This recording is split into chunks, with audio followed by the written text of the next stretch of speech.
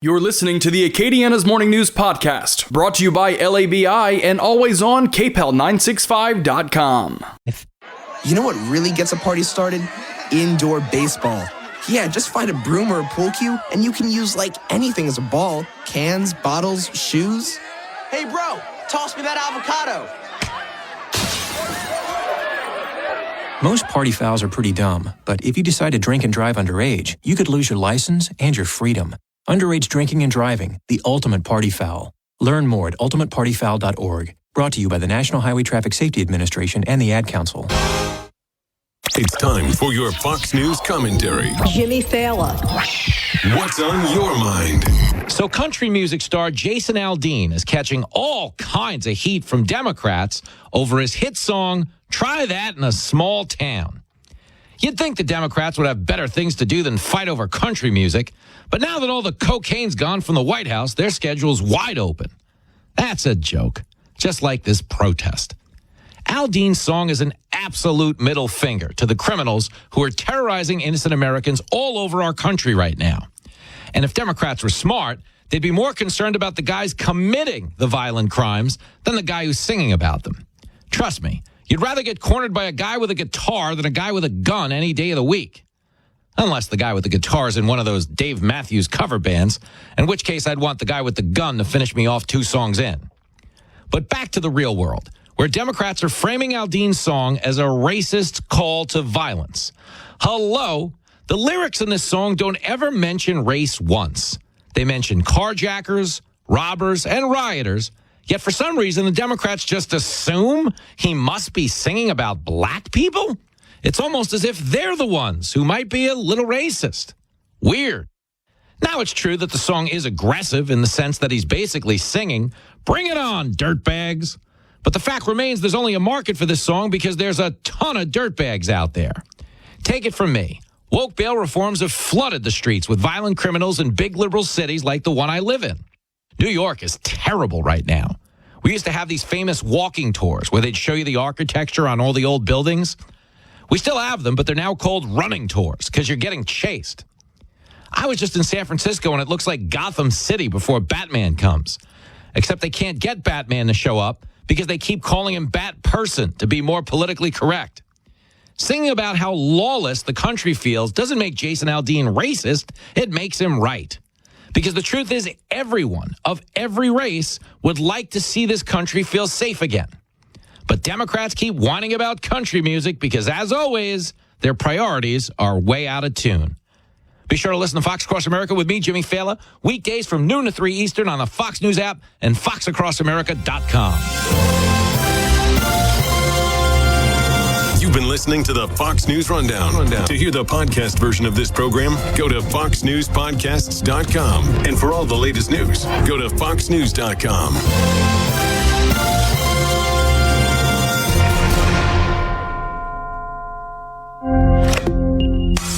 This could be the start of a break-in. Stop. This is Simply Safe. Or the end of one. Introducing 24/7 LiveGuard protection, only from Simply Safe. Now, monitoring agents can see and speak to intruders through our new indoor camera to help stop crime in real time and for fast police response. Get 20% off any new system with Fast Protect monitoring at simplysafe.com/radio. Advanced home security, 24/7 professional monitoring for less than $1 a day. There's no safe like Simply Safe. Yo, Biv, this one still needs to be vacuumed. The service at Chuck's car detailing business is spotless. But new word-of-mouth recommendations leave him short of hands. They don't have an appointment? Just get him in line behind the pickup truck. I'll stay for another couple hours and get it done tonight. Indeed can help him hire great people fast. I need Indeed. Indeed you do. Our hiring platform instantly connects you with quality candidates, and you can schedule and conduct virtual interviews right from the Indeed dashboard. Visit Indeed.com/credit and get $75 towards your first sponsored job. Terms and conditions apply. Have you noticed bad behavior has become normalized at interscholastic athletic events? Some fans seem angry. They lack civility toward one another. Some even get aggressive and unruly. Time out! What is going on? This has to stop. Let's not forget, school sports aren't just about winning. And they're definitely not an excuse to take your frustrations out on the official or the opponent. They're about teaching lessons like perseverance, respect, and empathy. so students can learn and grow as people, not just as players. We all have a role to play in setting a good example for our students and teaching them these important values. So fans, it's time to step up your game and behave positively at interscholastic athletic events in Louisiana. This message presented by the LHSAA and the Louisiana High School Athletic Directors Association. He ran for state office and was beaten. Started a business and failed. Ran for Congress and lost. But thankfully, Abraham Lincoln didn't give up. Persistence. Pass it on. From the Foundation for a Better Life at values.com. News Talk 96.5 KPEL, Breaux Bridge, Lafayette. Broadcasting from the Matthew James Tax and Wealth Management Studios, online at matthew-james.com.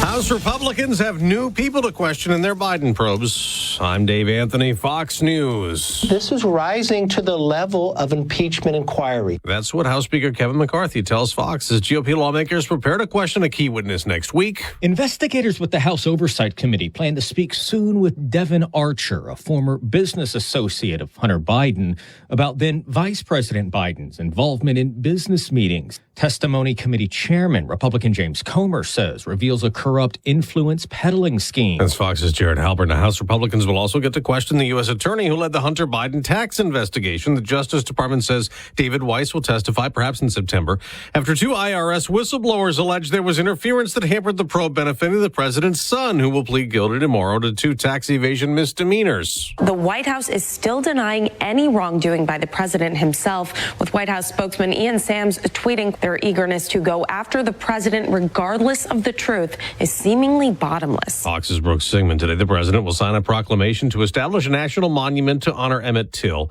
whose death in Mississippi in 1955 helped propel the civil rights movement. Till was accused of whistling at a white woman, then abducted and murdered. His white killers were acquitted. Texas is not backing down after the federal government sued the state, demanding Republican Governor Greg Abbott remove floating barriers along a stretch of the Rio Grande River. The lawsuit calls them unsafe and an overreach. The governor tells Fox he'll fight all the way to the Supreme Court. All the Biden administration has to do is to enforce the laws already on the books that prevent people from crossing between the ports of entry. North Korea test-launched 2 more missiles today in the ongoing nuclear standoff with the U.S. There's still no update on the American soldier who fled to North Korea last week to avoid being sent back to the U.S. for military discipline after Travis King was jailed in South Korea for assault. America's listening to Fox News. Did you know you can get your prescriptions for less at your local pharmacy? You can with GoodRx. It's the free app that can save you money on your medications. Just search for your prescription, choose the pharmacy and the price that works best for you, and then show your GoodRx coupon to your pharmacist at the drop-off counter. GoodRx works at over 70,000 pharmacies, including Walmart, Rite Aid, and Walgreens, and it works whether you have insurance or not. It's easy to save. Next time you drop off your prescription, check GoodRx. To start saving today, go to GoodRx.com. GoodRx is not insurance. MVP's bonus days are back at Lowe's. Find special savings on top brands like DeWalt. Right now, save $60 when you buy a DeWalt impact driver or drill for just $99 each. Plus, MVP's Pro Rewards members will earn 3 times the bonus points when shopping the Pro Zone. Shop in-store and online today. Lowe's knows savings. Lowe's knows pros. DeWalt offer valid 7/17 through 8/2. Bonus points calculated before taxes and fees after applicable discounts if any. Valid through 7/28. Subject to change.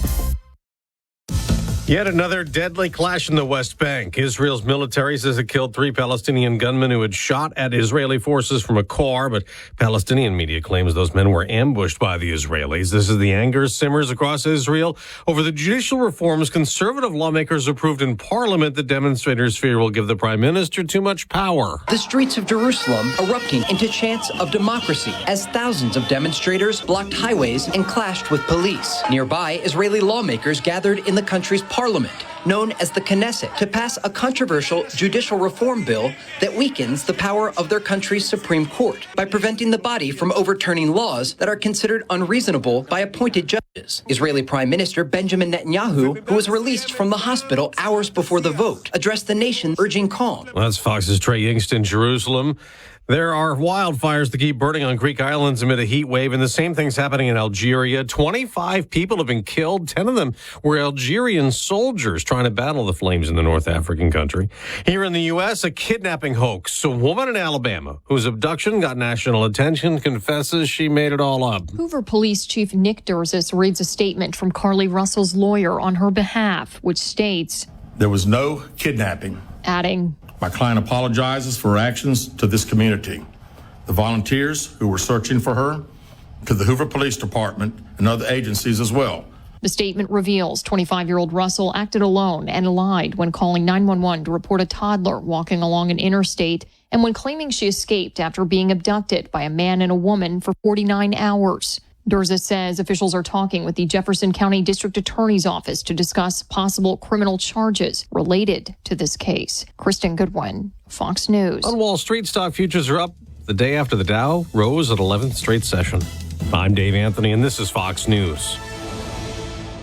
School is right around the corner, and there are many kids in our area who don't have access to the supplies they need to have a successful year. Foster kids, homeless, and most needy children need your help as they get ready for the school year. The 8th annual Mable's Table Backpack Project gives you a chance to provide for these students.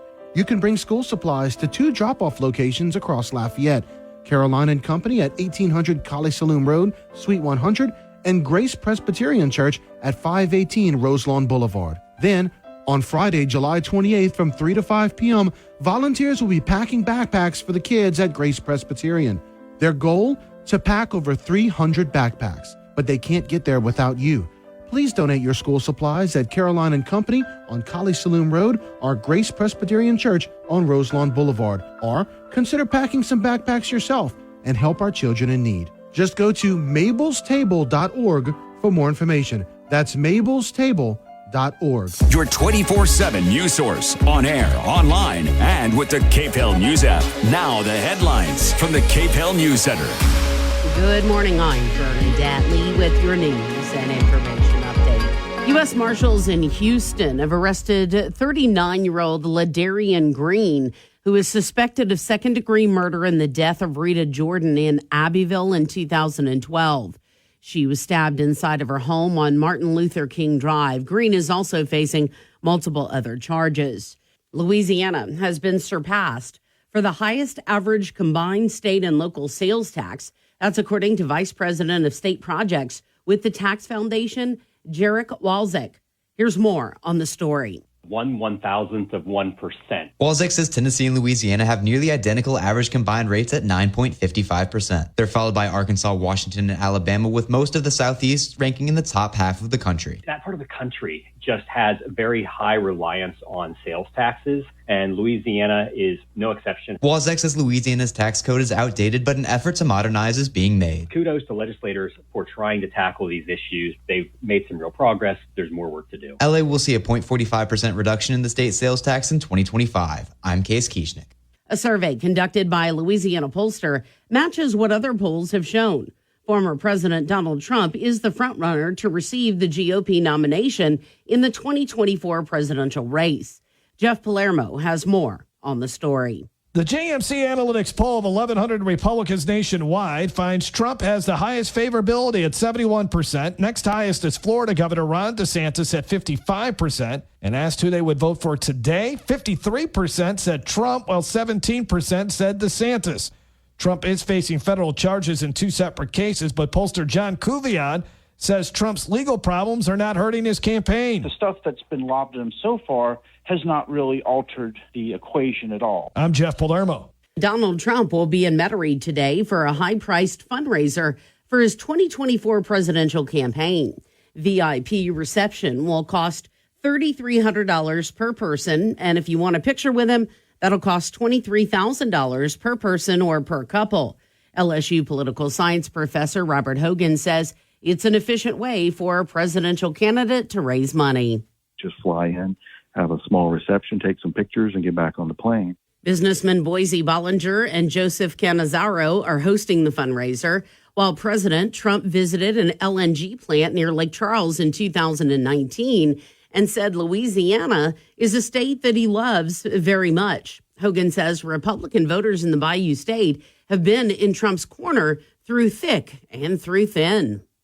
Louisiana is a state where Donald Trump in the last two elections has done very well. In the last election, he won 58% of the vote. Hogan says despite his legal troubles, Trump is still able to collect large dollars from GOP donors. Trump is able to raise money in a way that's not too different than an incumbent president raises money. People want to support a candidate they think that will win, and he looks like the best alternative on the Republican side right now.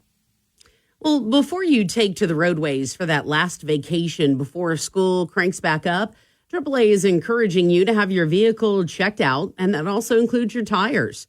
Spokesperson for the Motorists Association, Don Redmond, says the high temperatures create hot asphalt, and if your tires are worn or even underinflated, it's a recipe for disaster. And those lead to blowouts almost all the time. We service at least about a million people of our AAA members during the summer because of their tires. Redmond says you should inspect your tires monthly to be sure they are properly inflated.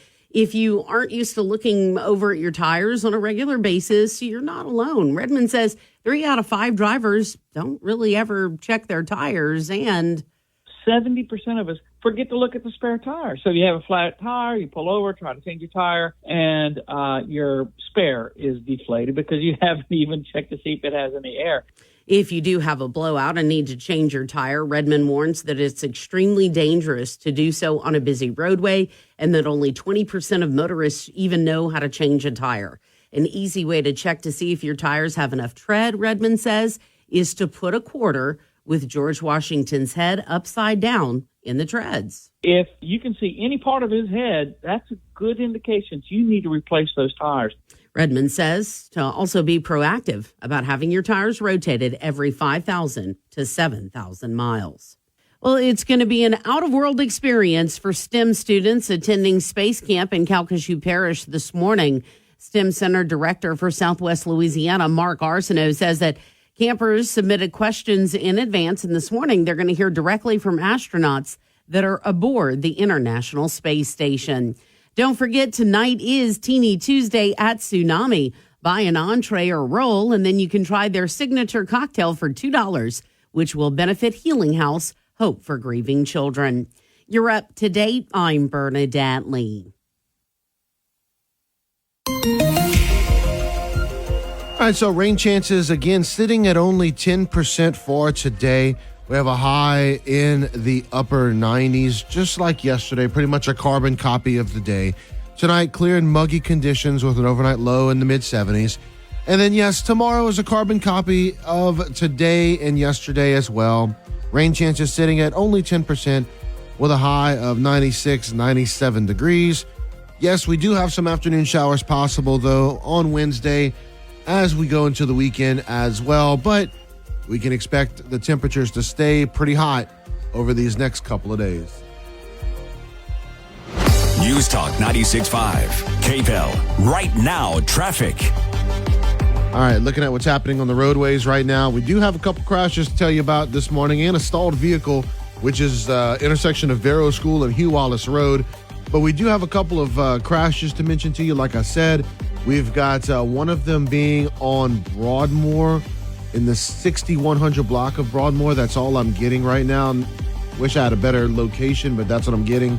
And then also I'm getting something on 1400 Northwest Evangeline Thruway. Again, that's all I'm getting right now. If you're driving in either of those areas, hey, look, hit us up on the KPEL News app. I'd love to be able to give more specifics. That's all the traffic site's giving me right now. Police are on the scene of all of those. So please just be mindful of those if you are in those areas.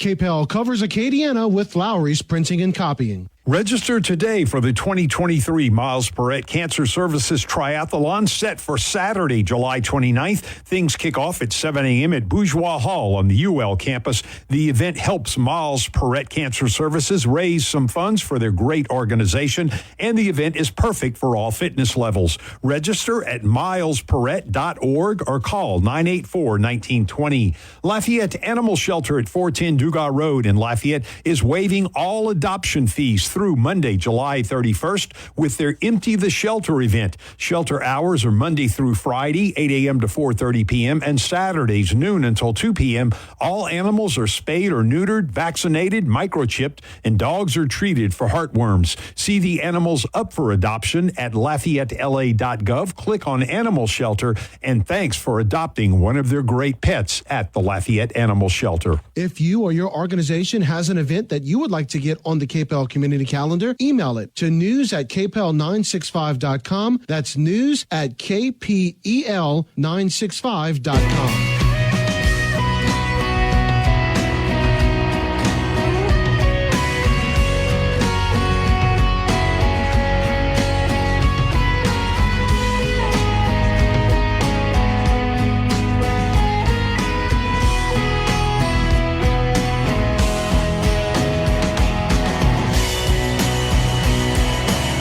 Good morning, Acadiana. Welcome into Acadiana's Morning News. Brandon Como here with you.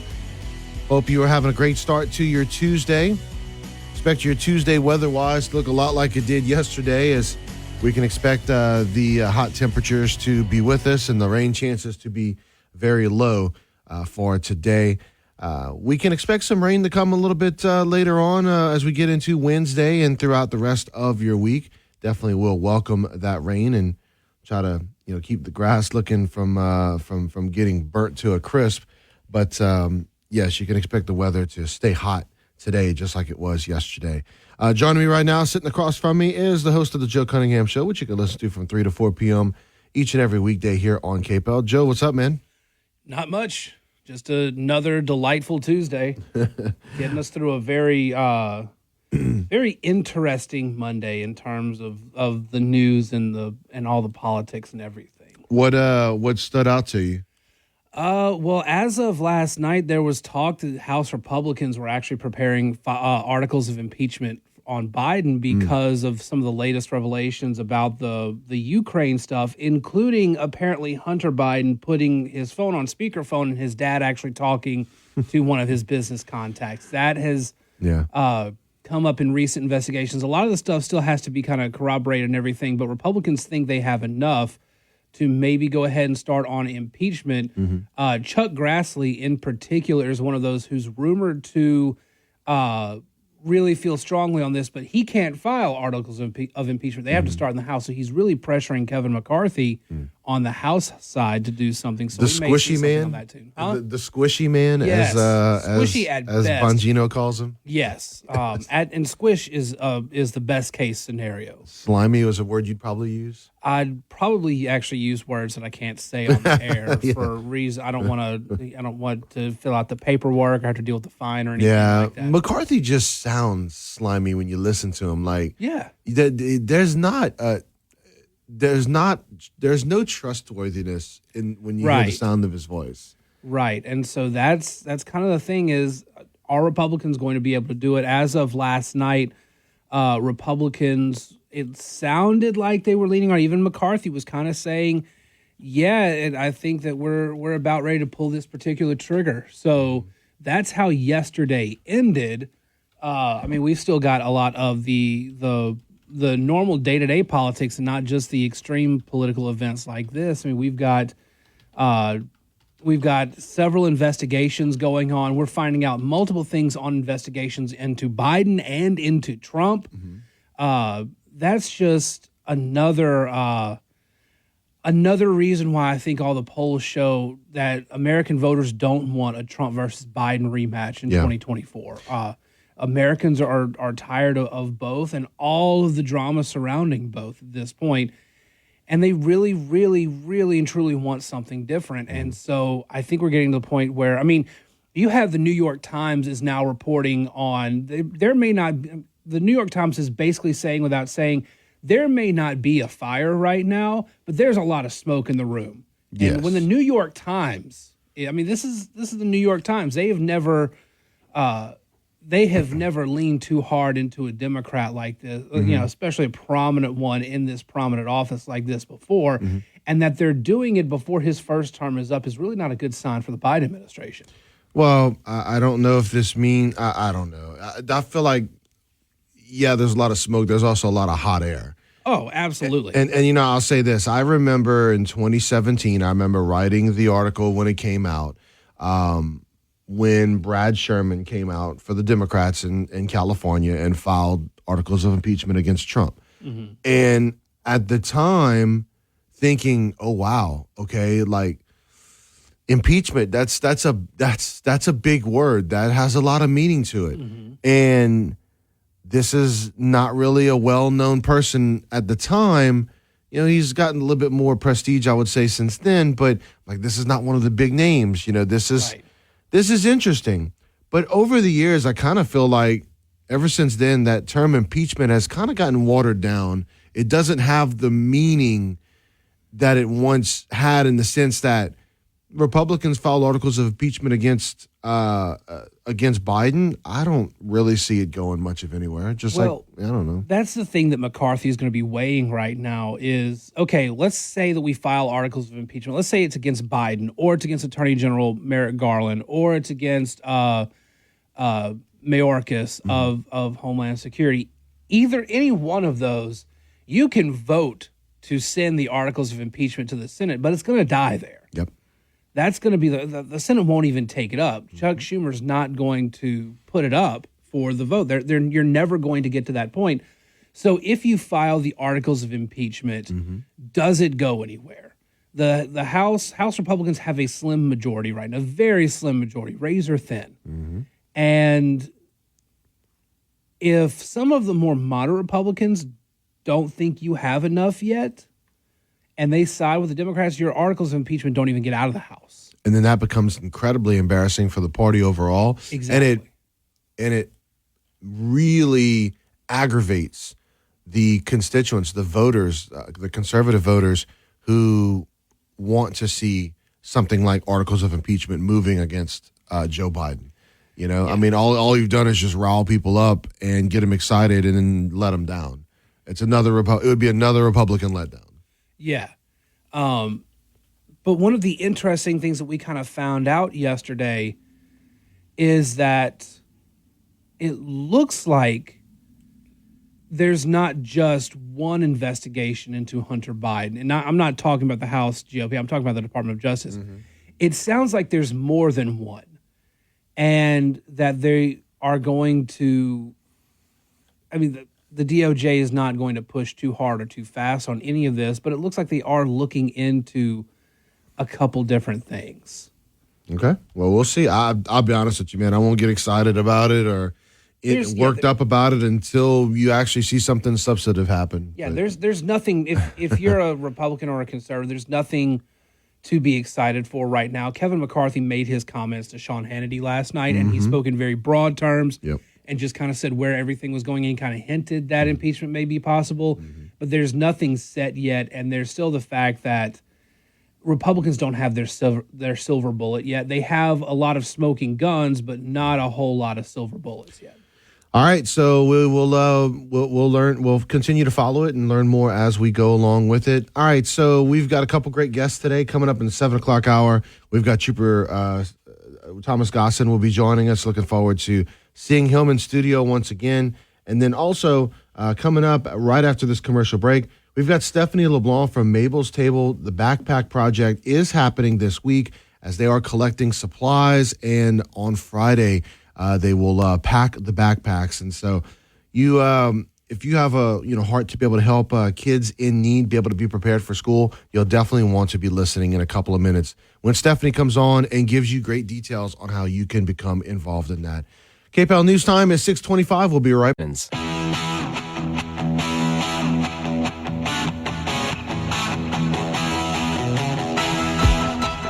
KPEL News Time is 6:28. You're listening to Acadiana's Morning News. And joining us right now in the studio is Stephanie LeBlanc. She's the executive director at Mable's Table as they are having a backpack drive on Friday. Stephanie, good morning. Good morning. Thank you for having me. No, thank you for coming by and for what you're doing. So, all right, we've been playing the promo. And for anyone who hasn't gotten the chance to hear you yet, we are talking about the backpack drive that's happening on Friday. And so right now, you guys are taking up school supplies, collecting school supplies for children in need. Tell us a little bit about who these supplies are going to? Yes, absolutely. We are having our 8th annual Mable's Table Backpack Project. And this project helps foster children, some of the homeless children and at-risk children in Acadiana. So we are so excited to be collecting donations as well as any type of monetary donations. You can go online to mablestable.org and give a donation there if you can't have time to go pick up a school supply to be able to donate to some of these children. Someone asked me the other day, they said, how much does it cost to pack a backpack? And I said, well, it costs them $75 now. It's a lot of money. And these are families that are taking in these children, these foster children. And it's really a little bit extra to help them out. Yeah. I saw one of our colleagues down the hall wrote an article about the cost of going back to school and just how much it's gone up in the past 3 to 5 years. I expected a little bit of an increase, but I didn't expect as much of an increase, like into the hundreds of dollars. I was like, oh my God. Yes, because on top of that, you also have to buy, school uniforms and everything else. When I went to public school. We didn't have school uniforms. Right. We got to wear whatever we wanted. Yeah. So now it's a whole different ball game. Yeah. But we are just so excited. These children are really in a tough spot. And these parents who take these children in, if we can help them out just a little bit by doing something for them to help out these children so that they can spend the time to be able to be with the kids. Right. That they can take that extra time to make sure the kids are okay. And talk about, your story and who inspired Mable's Table. Yeah, so a sweet little girl named Mable lived with me when she was younger, and she was all about education. She did not know very much when she came to live with me, and we really just worked on reading and getting her up to speed, and she was just all about learning and wanting to learn and wanting to know more, but then she also had this very soft spot in her heart to help other children. So she was in kindergarten and she would go to school and she would say, Miss Stephanie, this little girl doesn't have this. Can we go get this for her because she doesn't have it? So she helped me as she got older. She helped me create Mable's Table and the learning environment to help at-risk kids through this and the foster children, through this backpack project, but also the pop-up learning centers that we do in at-risk neighborhoods with Mable's Table. And as a foster mom, you've seen the challenges, but yet the rewards of doing this. Yes. Would people be surprised at the number of foster children we have just in our area? I think that, it is a fluid number. So the ultimate goal is reunification. So we always want the children to go back into a safe and loving environment. And we want them to go back to their parents, or a family member or something within the world of the foster care system. Right. But at any given point in time in Acadian, in the 15th JDC, which is Acadia, Vermilion Parish, and Lafayette Parish, we can have upwards to over 300 foster children. Wow. And that's a lot. And I mean, I know that it's a big geography, but when you think about foster children's one thing, they also have children in need of services. So these families that the children might not be in foster care, but the state has stepped in to give them the resources that they might need. And that is hundreds and hundreds of families that are also helped through there as well. That 300 number, that's a big number, and that's part of the goal of what you guys are trying to do, trying to pack 300 backpacks. Yes, it is. So we're going to be having a volunteer event this Friday, July 28th. From 3 to 5 p.m. at Grace Presbyterian Church. That's off of Roselawn Boulevard, right behind LJ Alamos School. For those of you who know where LJ Alamos School is, it's right behind there. And they have always been so gracious to host us every year. They have this big open hall. It's perfect setup. But we will be there packing backpacks from 3 to 5. And if anyone who has attended knows, it's not just packing a backpack with a couple of supplies. It's writing notes of inspiration. It is decorating little trinket boxes, doing arts and crafts to put into the backpack, just showing a lot of love and doing things for these backpacks for these children to feel very special. And of course, people, there is still time to be able to donate, before Friday's big event. Yes, so you can donate. There is a school supply list online. We also have an Amazon wish list. And actually, if you got it in today, you could still have it to us by Friday for some donations. But Caroline and Company is accepting donations. UBS in River Ranch, which is not one that I have on my little sheet, also has it in River Ranch, as well as Grace Presbyterian Church. You can drop it off there as well. I was drawing a little blank right there. But yes, anything that you can do to help, monetary donations online. Again, like I said, it's sometimes up to $75 to pack a backpack. So any little bit helps. I mean, even a $10 donation helps tremendously just to give back to these children. This is your 8th year doing this. 8th year. Wow.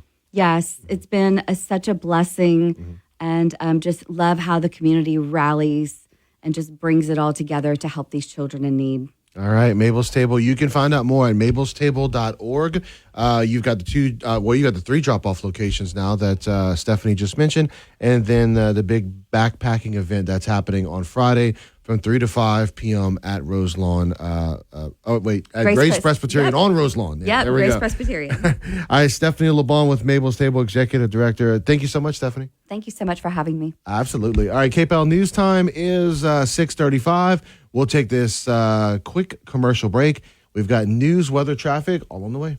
News Talk 96.5 KPEL, broadcasting from the Matthew James Tax and Wealth Management Studios. Find out more about how they can help you at matthew-james.com. Your 24/7 news source, on air, online, and with the KPEL News app. Now the headlines from the KPEL News Center. Good morning. I'm Bernadette Lee with your news and information update. A Youngsville man was arrested after trying to take a little boy from his mother at a shop on Cully Saloon Road. Monday, officers arrested 63-year-old Andrew Panday for trying to pick up the 3-year-old boy and leave the store. When the mother yelled, the man put the boy down and ran away. He was caught a short time later. An Opelousas woman, 40-year-old Ashley Sims, has been arrested for the 3rd time for setting fire in the Opelousas area. State Fire Marshal's office says Sims is accused of setting a house fire on Cattle Drive last month. She was also arrested on 2 counts of 2 fires at that same location 6 months before. An Opelousas woman, 40-year-old Ashley Sims, has been arrested for the 3rd time for setting fire in the Opelousas area. State Fire Marshal's office says Sims is accused of setting a house fire on Cattle Drive last month. She was also arrested on 2 counts of 2 fires at that same location 6 months before. Louisiana has been surpassed for the highest average combined state and local sales tax. That's according to Vice President of State Projects with the Tax Foundation, Jarek Walczyk. Here's more on the story. 1/1000th of 1%. Walczyk says Tennessee and Louisiana have nearly identical average combined rates at 9.55%. They're followed by Arkansas, Washington, and Alabama, with most of the Southeast ranking in the top half of the country. That part of the country just has a very high reliance on sales taxes, and Louisiana is no exception. Walczyk says Louisiana's tax code is outdated, but an effort to modernize is being made. Kudos to legislators for trying to tackle these issues. They've made some real progress. There's more work to do. LA will see a 0.45% reduction in the state sales tax in 2025. I'm Case Kieschnick. A survey conducted by a Louisiana pollster matches what other polls have shown. Former President Donald Trump is the frontrunner to receive the GOP nomination in the 2024 presidential race. Jeff Palermo has more on the story. The JMC Analytics poll of 1,100 Republicans nationwide finds Trump has the highest favorability at 71%. Next highest is Florida Governor Ron DeSantis at 55%. And asked who they would vote for today, 53% said Trump, while 17% said DeSantis. Trump is facing federal charges in 2 separate cases, but pollster John Kuvion says Trump's legal problems are not hurting his campaign. The stuff that's been lobbed at him so far has not really altered the equation at all. I'm Jeff Palermo. Well, before you take to the roadways for that last vacation before school gets back started, well, AAA is encouraging you to have your vehicle checked out. That also includes your tires.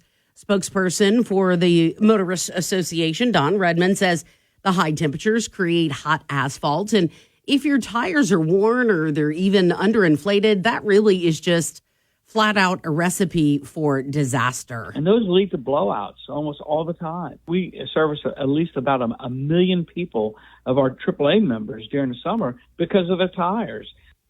Redmond says you should inspect your tires monthly to be sure they're properly inflated. If you're not used to looking over your tires on a regular basis, don't worry, you're not alone, because Redmond says 3 out of 5 drivers don't ever check their tires. And also 70% of us forget to look at the spare tire. So you have a flat tire, you pull over, try to change your tire, and your spare is deflated because you haven't even checked to see if it has any air.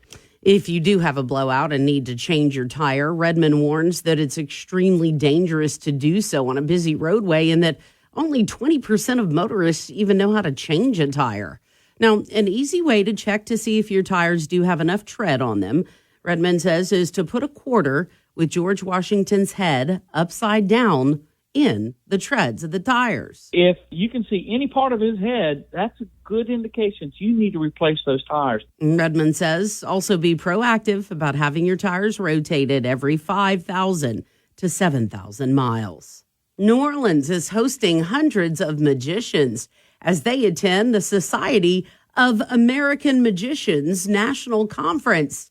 Here's more on the story. The conference will feature public and private performances from world-renowned magicians that host and show producer Michael Dardon says is one of a kind. You wouldn't even be able to find those particular acts together in, say, Vegas. Magicians will also attend sessions to learn mechanics and showmanship as veterans teach the next generation. Young magicians are going to learn from YouTube, and so it's up to us to make sure they're learning properly. As the art form expands online, he says it's important to protect traditional practices. It's not even just about protecting the secrets, but it's about performing it properly and also just protecting it as an art and uplifting it. I'm Case Kieschnick. You're up to date. I'm Bernadette Lee.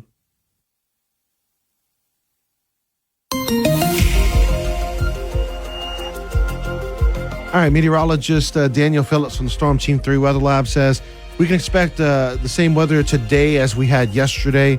Rain chances almost non-existent with a high of 96. And then tonight, clear and muggy conditions with an overnight low in the mid-70s. And then tomorrow, pretty much the same as today, although we may get some afternoon showers tomorrow, and those rain chances increase throughout the week going into Saturday as well. If you speed, there are lots of sounds that you might hear, like the sound of your vehicle crashing, because eventually speeding catches up with you. News Talk 96.5, KPEL, right now, traffic. And looking at traffic, we do have a crash, Broadmoor at Christine Boulevard. That's Broadmoor at Christine Boulevard. Glad we were able to get a better location there for you. Other than that, we have a stalled vehicle, Vero School Road at Hugh Wallace. That's Vero School at Hugh Wallace Road. Ew. Yes, it's that time of the year again, back to school shopping. And with inflation, we know it hasn't gotten any cheaper. Here's how we want to help you out. Download the KPEL News app and click on Hall Pass Cash, and you could win a $500 prepaid Visa gift card. Just follow the assignments to earn points and increase your chances to win. We're making back-to-school shopping better with Hall Pass Cash. Brought to you by Acadiana-owned and operated Mattress Gallery located on Kali Saloom across from River Ranch. From selection to delivery, it's Mattress Gallery.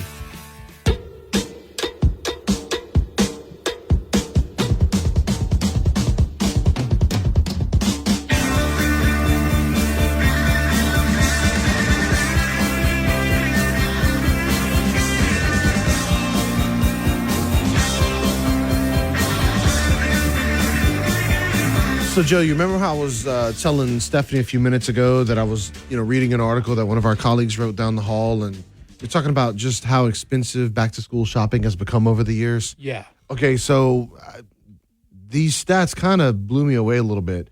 So, in 2015, the cost of going back to class was, for a single student, listed at about $630. Okay, that's expensive enough. That's according to the website Statista.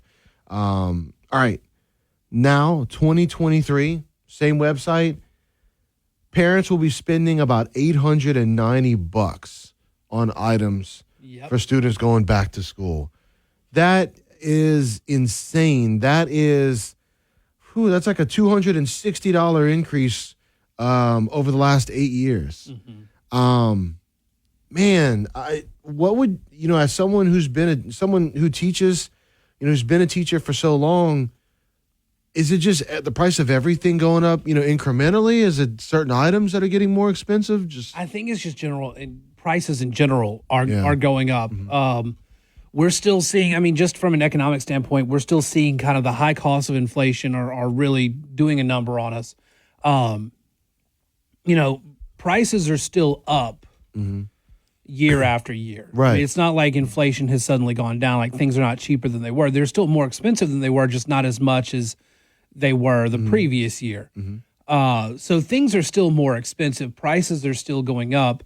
And we've still got in some areas supply chain problems, things like that. So that overall, like general economic status doesn't look great. But we also have the needs in the classroom, the supply needs in the classroom have changed. Yeah. You need less in terms of paper and pens and stuff like that, and more things like headphones, USB sticks, things like that, more technological based. Yeah. And we're starting to see those costs go up too, especially in the computer realm, where prices for technology costs are going way, way up. So that's a big part of it. But just in general, everything's more expensive, and people are really starting to feel it more now than they were. I remember back when I was a senior in high school, and I remember one teacher basically threatening many of the students that hadn't paid their fees, that they wouldn't graduate. And I could remember thinking back then, and I remember in that particular class, there were some students that were kind of from some low income areas and struggling and such, and some students that were perfectly fine or whatever. But I can remember the shame that was kind of put out there about that. Yeah. And I remember thinking about how just wrong how terrible of a feeling that kind of was, that, you've literally got a situation where students' graduations are being threatened because they haven't paid their fees to, their school fees. Yeah. When you talk about school fees on top of school supplies and all of that, public education certainly is not free. No, not at all. And that's part of the thing that really, we talk about it from the student perspective and the family perspective, but also consider teachers. Teachers have to spend a lot out of their own pocket to supply their classrooms, because not every kid is going to have all the supplies. I mean, we just talked about Mable's Table Backpack Project as one of those things where there are kids out there who don't have the supplies they need. And so teachers have to pull a lot out of pocket to set up their classroom, to have extra supplies ready to go. There are kids that do not contribute, or their families do not or cannot contribute. Yeah. So it's really just, there's so much that so many people in the public education system, from teachers to students, have to chip in for that. To say that it's free public education is just wrong. So again, that Mable's Table, they're doing a great thing. You can give at the drop-off locations we mentioned earlier: Grace Presbyterian Church on Roselawn, Caroline and Company on Colley Saloon. Also, you've got the event from 3 to 5 on Friday at Grace Presbyterian on Roselawn that you can go and help pack backpacks as well. Okay, so let's kind of transition off of school back to the world of politics. Okay, so tonight, Donald Trump, the 45th president, is going to be in Metairie, as he is going to be at a fundraiser. He'll be basically in Steve Scalise's backyard, if you will. Well, it's going to be a lot of money for people that are attending. Yeah. $3,300 per person for the VIP reception, and over $23,000 for a photo opportunity with President Trump and the VIP reception as well. He's had some very memorable stops here in Louisiana. The one I can think of that comes right off the top of my head is the LNG facility out in Cameron Parish, Lake Charles, Hackberry area, where he made a pretty big speech out there, had a lot of the politicians that were there supporting him and such. But this is really going to be one for those with the big pockets tonight, as he looking to raise a lot of money as he's running for president. He has to raise a lot of money, and part of it goes back to all the indictments, all the charges and everything. He's got to raise legal defense funds as well as his campaign money. So most candidates are trying to raise money so they can hold events, hold rallies, travel the country, things like that. He's got to do all that, and he's got to raise money to pay his lawyers, to appear in court or send his lawyers to appear in court for him. He's got a lot more expenses. Yeah. And that's one of the reasons you don't see him out on the road as much. That's he's made a point of saying he's not going to go to any of the debates, but travel costs could be as much a part of that as the fact that he's sitting on top of the polls. So he could be just trying to hold on to as much money as possible in dealing with the indictments and everything.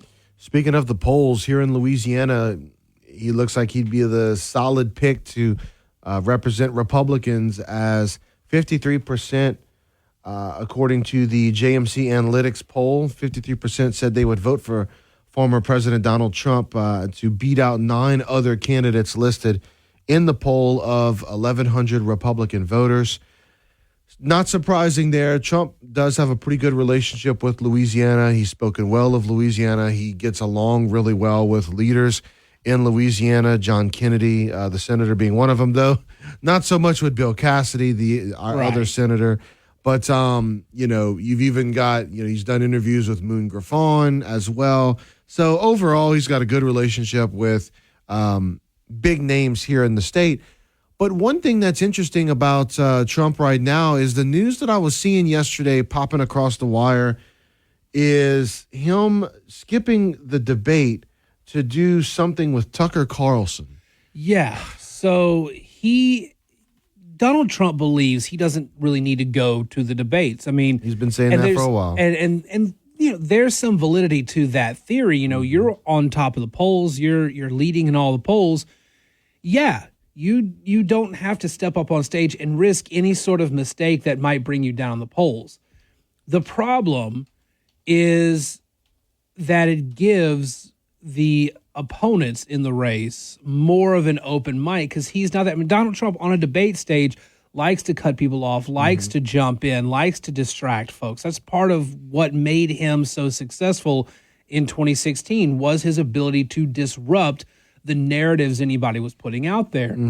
And to not be able to do that, I think gives his opponents a chance to build some credibility among voters. And the other thing is, in Louisiana, he's at 52, 53%. Yes. In several of the primary states, or in several states, he is way ahead. But in like Iowa, he's below 50%. So it's feasible, not saying it's likely, but it's feasible that somebody could consolidate enough of the vote to beat him just outright with 50% or more in Iowa if everybody else dropped out. Again, not going to happen, but it means that there are more Republican voters in Iowa right now looking elsewhere than being sold on Trump. And you're seeing that in a couple different states. That's something that's, again, another reason he really needs to consider going to the debates. And I think that's one of the reasons he decided to do something with Tucker Carlson, so that he can keep his name and his own narrative out there and kind of draw a lot of those base folks in and remind them, I'm still in this, I'm not bowing out, and he's making an appearance of some sort. Yeah. But on a debate stage with those other candidates, the people who are not in the decidedly Trump camp will see the other candidates and start to make their choice, and you'll start to see the numbers shift around a little bit, pretty good. I've mentioned on my show the past couple days, Tim Scott's on the rise. Like, his poll numbers are going up in several different areas. DeSantis is stagnated, but he's still solidly in the second place spot. But if you have like Tim Scott in double digits in Iowa, you have Nikki Haley in double digits in South Carolina, these early primary states, Chris Christie in double digits in New Hampshire. What you have a path for somebody to disrupt Trump's chance to be renominated. I think it's a terrible idea to do this. I think what got Trump into the national spotlight as far as being a player in the political realm was the message that he came out with. I think what catapulted him to the top were in part the debate performances, because as you pointed out, he would bury people in these debates. And as you pointed out just now, he takes himself out of these debates. It allows others a chance to be able to breathe, the chance to not have to worry about Trump looming large over them, and to be able to get their message out. And so I think it also gives the appearance of that he's better than these candidates. And I think while you do have some of those politicians like the Chris Christies and those that are trying to be in this, that I think many people are disgusted with, I think you also have the other people like the Tim Scotts and some of the other ones who are actually well-liked candidates that I think it sends a bad message if he does this. And by the way, I think it's very interesting that now that, rumors are breaking of this potentially happening, now you've got people like the New York Times coming out and pointing out 5 times that Tucker Carlson reviled Trump and looking back at the leaked text messages saying that he hated Trump and all that kind of stuff. So I think it's very interesting that all this is happening. But as someone who enjoyed the debates with President Trump and watching how it all unfolded in 2016 and more so than 2020, but it just, I think it'd be a terrible idea, and I wouldn't be inclined to watch it, to be honest with you. Well, but there is the fact that it's Tucker Carlson and Donald Trump. They can draw enough ratings away from the debate because they both have a grudge against Fox News. And they could feasibly draw a lot of ratings. And that could hinder the opposition. But still, the people who are tuning into that are already in Trump's camp. Exactly. That's all. And that's all that's going to be. If this was a situation where I felt that Trump could hurt himself in the debates, then I could understand it. But he thrives in debates. It makes no sense to me. Yeah. It makes no sense to me. So, but I mean, the only sense it makes is that, like you said, both of them have an axe to grind against Fox News. They both team up, try to do their own thing. I think there's a lot of ego involved in that. Yeah. I think instead of getting one great debate, I think you get two, I don't want to say watered down products, but you get a watered down debate, and then you get something with Trump and Tucker that isn't going to be as good because it's going to be everyone of like mind tuning in. Yeah. I don't like it at all. So, all right. We'll go ahead and take this break. Your Fox Business Report, we'll go ahead and have that for you after the news update at the top of the hour.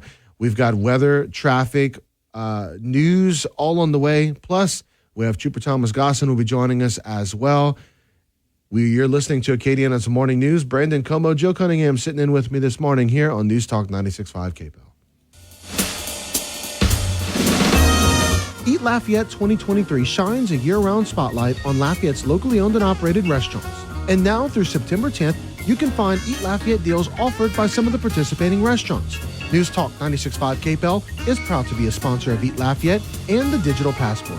Download the Eat Lafayette Digital Passport today so you can check in when you eat at a participating restaurant. Each check-in will enter you to win airfare and a trip for 2 to Savannah, Georgia, courtesy of Wings Travel. Just go to kpel965.com and click on the Eat Lafayette link at the top of the page. Eat Lafayette from Lafayette Travel and sponsored in part by News Talk 96.5 KPEL. News Talk 96.5 KPEL, Breaux Bridge, Lafayette. Broadcasting from the Matthew James Tax and Wealth Management Studios, online at matthew-james.com. A new standoff border. I'm Dave Anthony, Fox News. Between the federal government and Texas, Republican Governor Greg Abbott vows to Fox, we will take this lawsuit all the way to the United States Supreme Court. Fox's Jared Halpern details the dispute. Large buoys placed in the Rio Grande and razor wire fencing is both dangerous and illegal, the Biden administration says, filing a lawsuit to block the measures. He continues to do this really cruel, unjust, inhumane ways of moving forward. That's White House Press Secretary Karine Jean-Pierre. House Republicans keep ratcheting up their Biden probes, with Speaker Kevin McCarthy suggesting on Fox It's getting close to impeachment level. When President Biden was running for office, he told the American public that he's never talked about business. He said his family has never received $1 from China, which we now proved is not true. The White House denies all that, saying Republican eagerness to go after President Biden, regardless of the truth, is bottomless. Now, next week, House Republicans will get to question Devin Archer, a former business associate of the president's son, Hunter. Later this year, House Republicans will get to question David Weiss, the U.S. attorney overseeing the Hunter Biden tax investigation. The Justice Department agreeing to let him testify at a public hearing. 2 IRS whistleblowers last week testified that Weiss, despite his claim to have full authority over the probe, was sidelined by more senior officials seeking to protect Hunter Biden's father. That's Fox's Jillian Turner. Tomorrow, Hunter Biden will plead guilty to 2 tax evasion misdemeanors. Former President Obama is mourning his personal chef, saying he's lost a beloved member of his family near Martha's Vineyard, Massachusetts. Police say 45-year-old Tafari Campbell was paddleboarding Sunday night when he went underwater and never resurfaced. Emergency crews did not find his body until yesterday, about 100 yards from shore. Fox's Todd Pyro. Wildfires keep burning in a heat wave overseas, leading to mass evacuations in Greece and Algeria, where 25 people were killed, 10 of them Algerian soldiers fighting the flames. America's listening to Fox News. Did you know you can get your prescriptions for less at your local pharmacy? You can with GoodRx. It's the free app that can save you money on your medications. Just search for your prescription, choose the pharmacy and the price that works best for you, and then show your GoodRx coupon to your pharmacist at the drop-off counter. GoodRx works at over 70,000 pharmacies, including Walmart, Rite Aid, and Walgreens, and it works whether you have insurance or not. It's easy to save. Next time you drop off your prescription, check GoodRx. To start saving today, go to GoodRx.com. GoodRx is not insurance. MVP's bonus days are back at Lowe's. Find special savings on top brands like DeWalt. Right now, save $60 when you buy a DeWalt impact driver or drill for just $99 each. Plus, MVP's Pro Rewards members will earn 3 times the bonus points when shopping the Pro Zone. Shop in-store and online today. Lowe's knows savings. Lowe's knows pros. DeWalt offer valid 7/17 through 8/2. Bonus points calculated before taxes and fees after applicable discounts, if any. Valid through 7/28. Subject to change. North Korea's done it again, test launching 2 more missiles as another U.S. submarine arrives in South Korea amid an ongoing nuclear standoff. North Korea has been in dialogue with the UN over the American soldier who fled there last week, but we've still been given no update since Travis King crossed the border. Instead of being sent back to the U.S. to face Army discipline after King was jailed in South Korea over an alleged assault. Meanwhile, North Korean state media reports that a Russian delegation will join a Chinese group in a trip to North Korea, becoming the first such public visitors to the country since the early days of the pandemic. North Korea closed its borders in early 2020 to all trade and diplomatic exchanges, even with Russia and China, its main economic and political partners. The delegations will visit to celebrate the 70th anniversary of Victory Day in Pyongyang on Thursday, with scheduled events to include a military parade. The U.S. has accused North Korea of providing military aid to Russia for the war in Ukraine, a claim that both Pyongyang and Moscow deny. Tanya J. Powers, Fox News. Police in Chicago are searching for the suspects who got into a gun battle with officers last night, injuring one of them. The officer shot in the hand as police were attempting a traffic stop, the car then taking off toward the Dan Ryan Expressway. Neighbors concerned about the number of shots fired as they hung out outside their homes to escape the heat. I headed this way, going towards 55th Street to see what was going on. But as I took 5-6 steps, I heard 7-8 shots. So I'm back in the house. Kids out here, family members out here. The injured officer rushed to a hospital and is expected to recover. Gary Baumgarten, Fox News. The Federal Reserve is getting ready for a 2-day meeting to assess the economy, expected to lead to another interest rate hike tomorrow on Wall Street. Stock futures are up slightly. The Dow's risen 11 straight sessions, its longest streak of gains in more than 6 years. I'm Dave Anthony. This is Fox News. The Fox Business Report is brought to you by Gulf Coast Bank, your local community bank. Whether your financial needs are for an individual, a business, or for the whole family, Gulf Coast Bank has the knowledge and products to serve you best. With 9 convenient locations throughout Acadiana, you're never far from a friendly Gulf Coast Bank associate. I'm Liz Clayman, and this is the Fox Business Report. General Motors shares are rising after its upbeat forecast for the year and a better-than-expected quarter. It also has been cutting costs. GM is expecting to produce 100,000 electric vehicles in the second half of this year. General Electric shares are higher in pre-market trading. GE's quarter was stronger than forecast, and it raised expectations for the year. And GE Healthcare is also reporting an upbeat quarter. It's more optimistic about this year as well. As the Federal Reserve meets starting today and is expected to wrap up its meeting tomorrow with a 0.25% interest rate increase, Wall Street appears to be shrugging off the impact. The Dow Jones Industrials have closed higher for 11 sessions. Hopes are building that higher interest rates might not cause a recession. That's your Fox Business Report. I'm Ginny Coselda, invested in you. If you're hiring, it can feel like trying to find a needle in a haystack. You can hope the right person comes along, or you can just use ZipRecruiter. Like Marco, president of operations at Telly Tires and Auto Centers. ZipRecruiter helps me find all the right people, even the most difficult jobs to fill. See why 4 out of 5 employers who post a job on ZipRecruiter get a quality candidate within the first day. Now try ZipRecruiter free at ZipRecruiter.com/free. ZipRecruiter.com/FREE. Your 24/7 news source, on air, online, and with the Cape Hill News app. Now the headlines from the Cape Hill News Center. Good morning, I'm Bernadette Lee with your news and information update. U.S. Marshals in Houston have arrested 39-year-old Ladarian Green, who is suspected of second-degree murder in the death of Rita Jordan in Abbeville in 2012. She was stabbed inside of her home on Martin Luther King Drive. Green is also facing multiple other charges. Louisiana has been surpassed for the highest average combined state and local sales tax. That's according to Vice President of State Projects with the Tax Foundation, Jarek Walczyk. Here's more on the story. 1/1000th of 1%. Walczyk says Tennessee and Louisiana have nearly identical average combined rates at 9.55%. They're followed by Arkansas, Washington, and Alabama, with most of the Southeast ranking in the top half of the country. That part of the country just has a very high reliance on sales taxes, and Louisiana is no exception. Walczyk says Louisiana's tax code is outdated, but an effort to modernize is being made. Kudos to legislators for trying to tackle these issues. They've made some real progress. There's more work to do. LA will see a 0.45% reduction in the state sales tax in 2025. I'm Case Kieschnick. A survey conducted by a Louisiana pollster matches what other polls have shown. Former President Donald Trump is the frontrunner to receive the GOP nomination in the 2024 presidential race.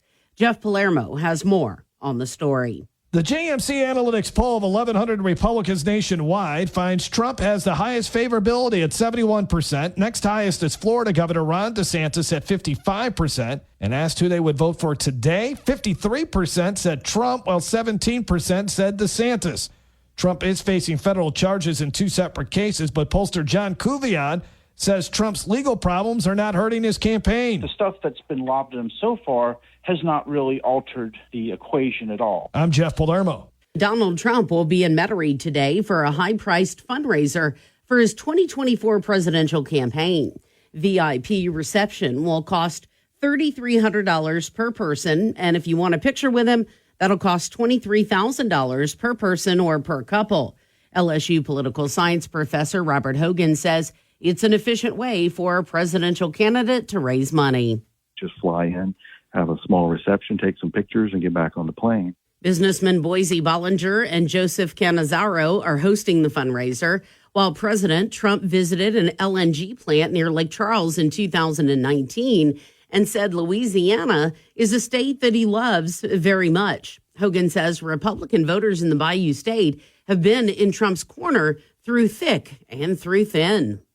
Louisiana is a state where Donald Trump in the last 2 elections has done very well. In the last election, he won 58% of the vote. Hogan says despite his legal troubles, Trump is still able to collect large dollars from GOP donors. Trump is able to raise money in a way that's not too different than an incumbent president raises money. People want to support a candidate they think that will win, and he looks like the best alternative on the Republican side right now. Well, before you take to the roadways for that last vacation before school cranks back up, AAA is encouraging you to have your vehicle checked out, and that also includes your tires. Spokesperson for the Motorists Association, Don Redmond, says the high temperatures create hot asphalt, and if your tires are worn or even underinflated, it's a recipe for disaster. And those lead to blowouts almost all the time. We service at least about a million people of our AAA members during the summer because of their tires. Redmond says you should inspect your tires monthly to be sure they are properly inflated. If you aren't used to looking over at your tires on a regular basis, you're not alone. Redmond says 3 out of 5 drivers don't really ever check their tires, and 70% of us forget to look at the spare tire. So you have a flat tire, you pull over, try to change your tire, and your spare is deflated because you haven't even checked to see if it has any air. If you do have a blowout and need to change your tire, Redmond warns that it's extremely dangerous to do so on a busy roadway and that only 20% of motorists even know how to change a tire. An easy way to check to see if your tires have enough tread, Redmond says, is to put a quarter with George Washington's head upside down in the treads. If you can see any part of his head, that's a good indication you need to replace those tires. Redmond says to also be proactive about having your tires rotated every 5,000 to 7,000 miles. Well, it's going to be an out-of-world experience for STEM students attending Space Camp in Calcasieu Parish this morning. STEM Center Director for Southwest Louisiana, Mark Arsenault, says that campers submitted questions in advance, and this morning they're going to hear directly from astronauts that are aboard the International Space Station. Don't forget, tonight is Teeny Tuesday at Tsunami. Buy an entree or roll, and then you can try their signature cocktail for $2, which will benefit Healing House, Hope for Grieving Children. You're up to date. I'm Bernadette Lee. Your news update brought to you by Home Furniture Plus Bedding. Over 40,000 furniture and mattress choices in stock and ready for delivery. Home Furniture Plus Bedding. Welcome home. All right, so taking a look at your weather forecast, not much mystery to it. Same forecast today as what we saw yesterday. Rain chances very low, temperatures pretty high. 96 degrees is the projection for today. Overnight clear and muggy with an overnight low in the mid-70s. And then tomorrow we get to do it all over again, though we do have the possibility for some showers in the afternoon. And especially as we get towards your weekend, we can expect some possible afternoon showers happening daily from tomorrow through Saturday. News Talk 96.5, KPEL. Right now, traffic. All right, once again, we have that crash, Broadmoor at Christine Boulevard.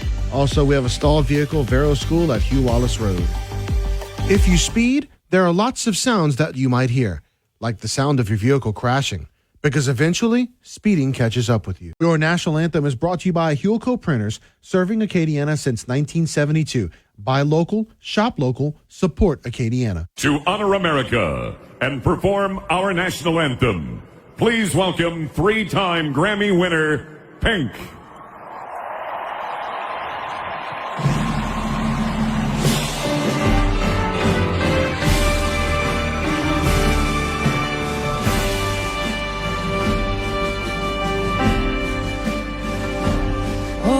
Say, can you see by the dawn's early light what so proudly we hailed at the twilight's last gleaming, whose broad stripes and bright stars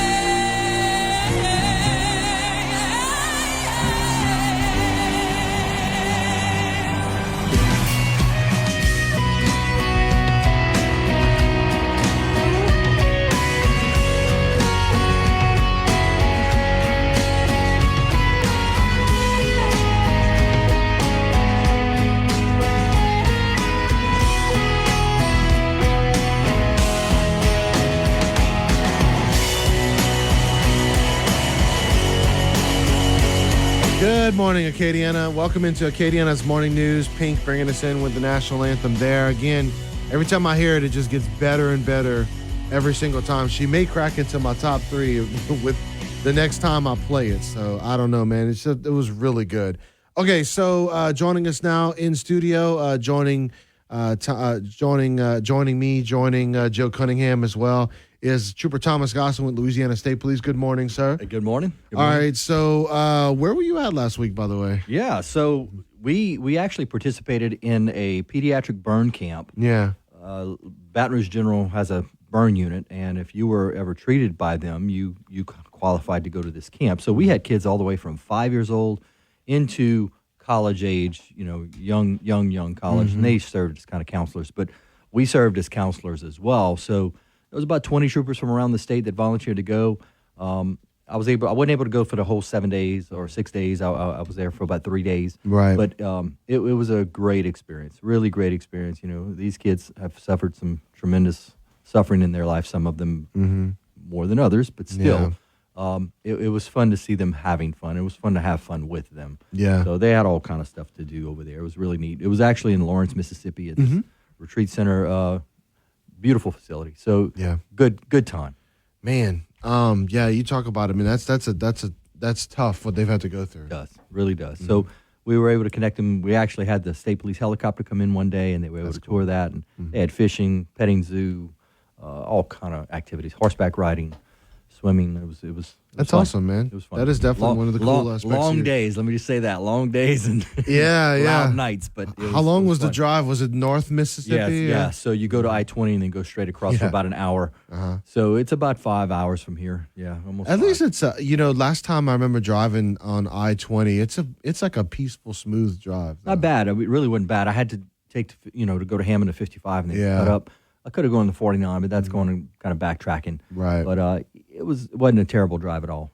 You didn't run into any. Even of the 55 is not bad. Yeah. You didn't have to run into any of the detours and stuff going on, huh? No, there was some road construction, but there was no issues up there. It wasn't like I-10. Now I hear I-10 is supposed to be kind of winding down today at the Pearl River.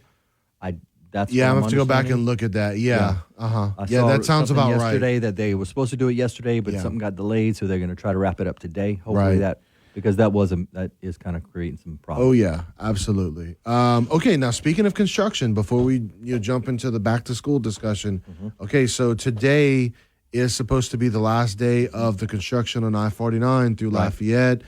We were kind of going back in text message on Friday that there was a multi-vehicle crash on the Thursday before.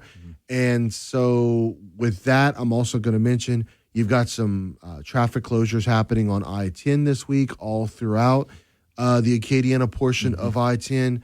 So all that being said, one reason why we mention these is not just to keep people informed and let people know, hey, you can possibly avoid this area, but for people that have to travel through these areas and or decide to do that, don't really have another route that they want to take and are allowed to do so.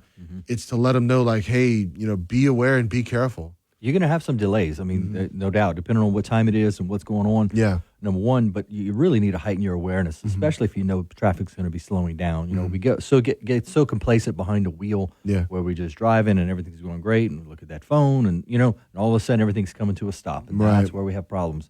So be aware of that. If you can find an alternate route, by all means, do so.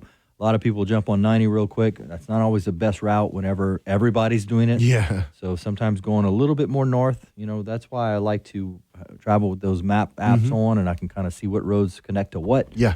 Try to figure it out. But, have a plan, leave a little bit earlier, obviously, and just be patient and be kind. Yeah, please. Every summer, I can't say it's a summer of construction because every summer is a summer of construction.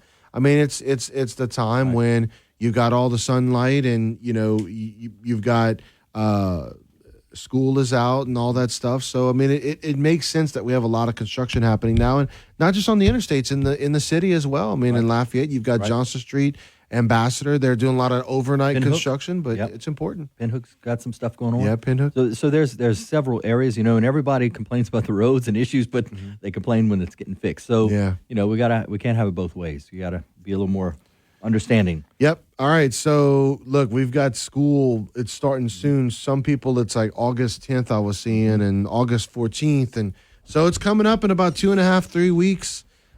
People got to, speaking of changing mindsets, change those mindsets back to getting ready for school traffic. True. If you pass it through a school zone, start getting in that mindset of I know I need to slow down. Yeah. I know I can't hold that phone in my hand. I know I need to have that hands free. So, those are some of the laws that I kind of want to really start talking to you guys about and kind of bringing up. The back to school laws, the school zones, they especially in the first couple of weeks, police are going to be out there in most areas, a lot of areas in this Acadiana area, really enforcing those school zone laws. We know that they're there. It's just we get complacent passing through there because you're passing it every day, and there's not always a school zone, right? So we really want to be, raising awareness of that. A lot of people don't understand the hands-free thing. They don't understand what does that mean. That means you have a phone in your hand and you're engaged in a call, writing or sending messages. Anything with text-based communication is considered texting. Reading a post, posting something on social media, anything that you're doing with that phone in your hand, you're looking at up to a $500 fine, first offense. And, that's with no injury. That's with nothing, no crash. So please understand that there's consequences to stuff like that. Okay, now they're that going to text, be looking at that. That text message fund that you were just talking about, is that specific to school zones or in general?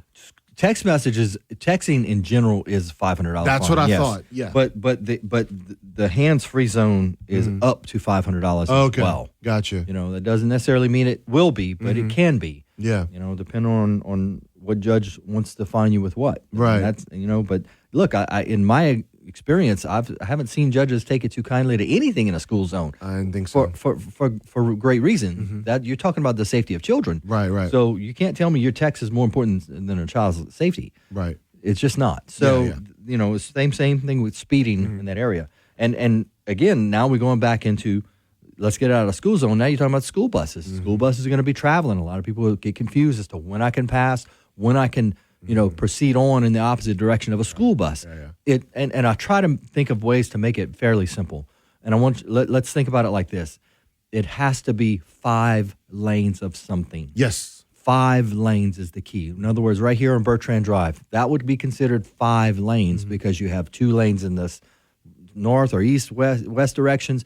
Then you have a center raised median. Yeah. That median would be considered that 5th lane. Okay. It's the same thing on Johnson Street, right? Or Ambassador Caffrey. 5 lanes. You have lanes of travel one direction or lanes of travel the opposite, and a continuous turning lane.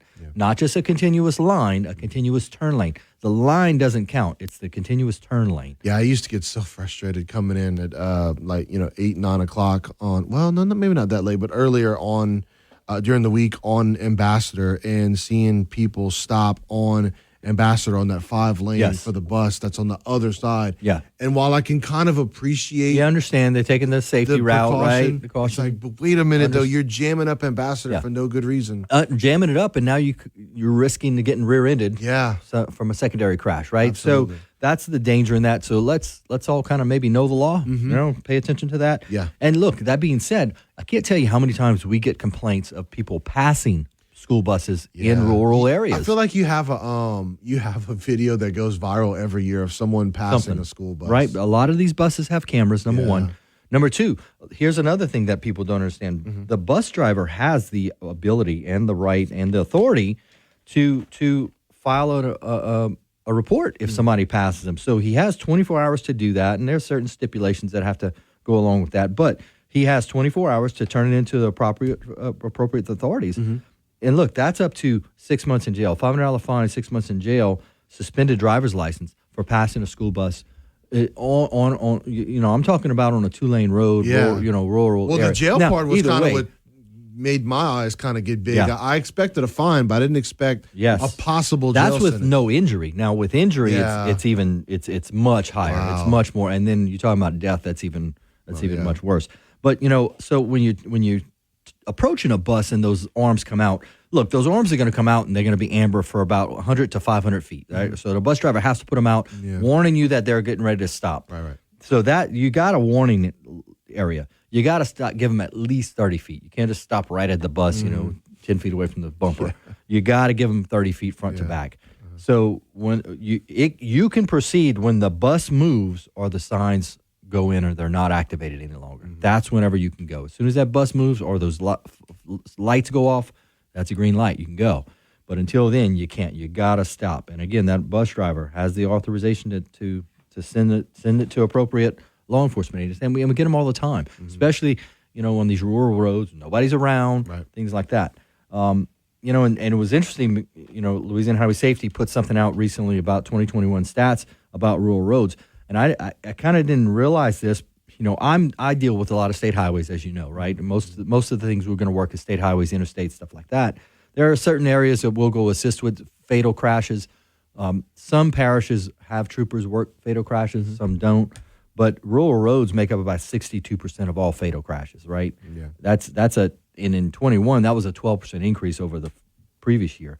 But that's about every 30 minutes a crash resulting in some sort of injury on a parish road. Yeah. And those usually 45 miles per hour is speed zones in most of these, right? Well, nobody does that, and speeding is a huge factor with that.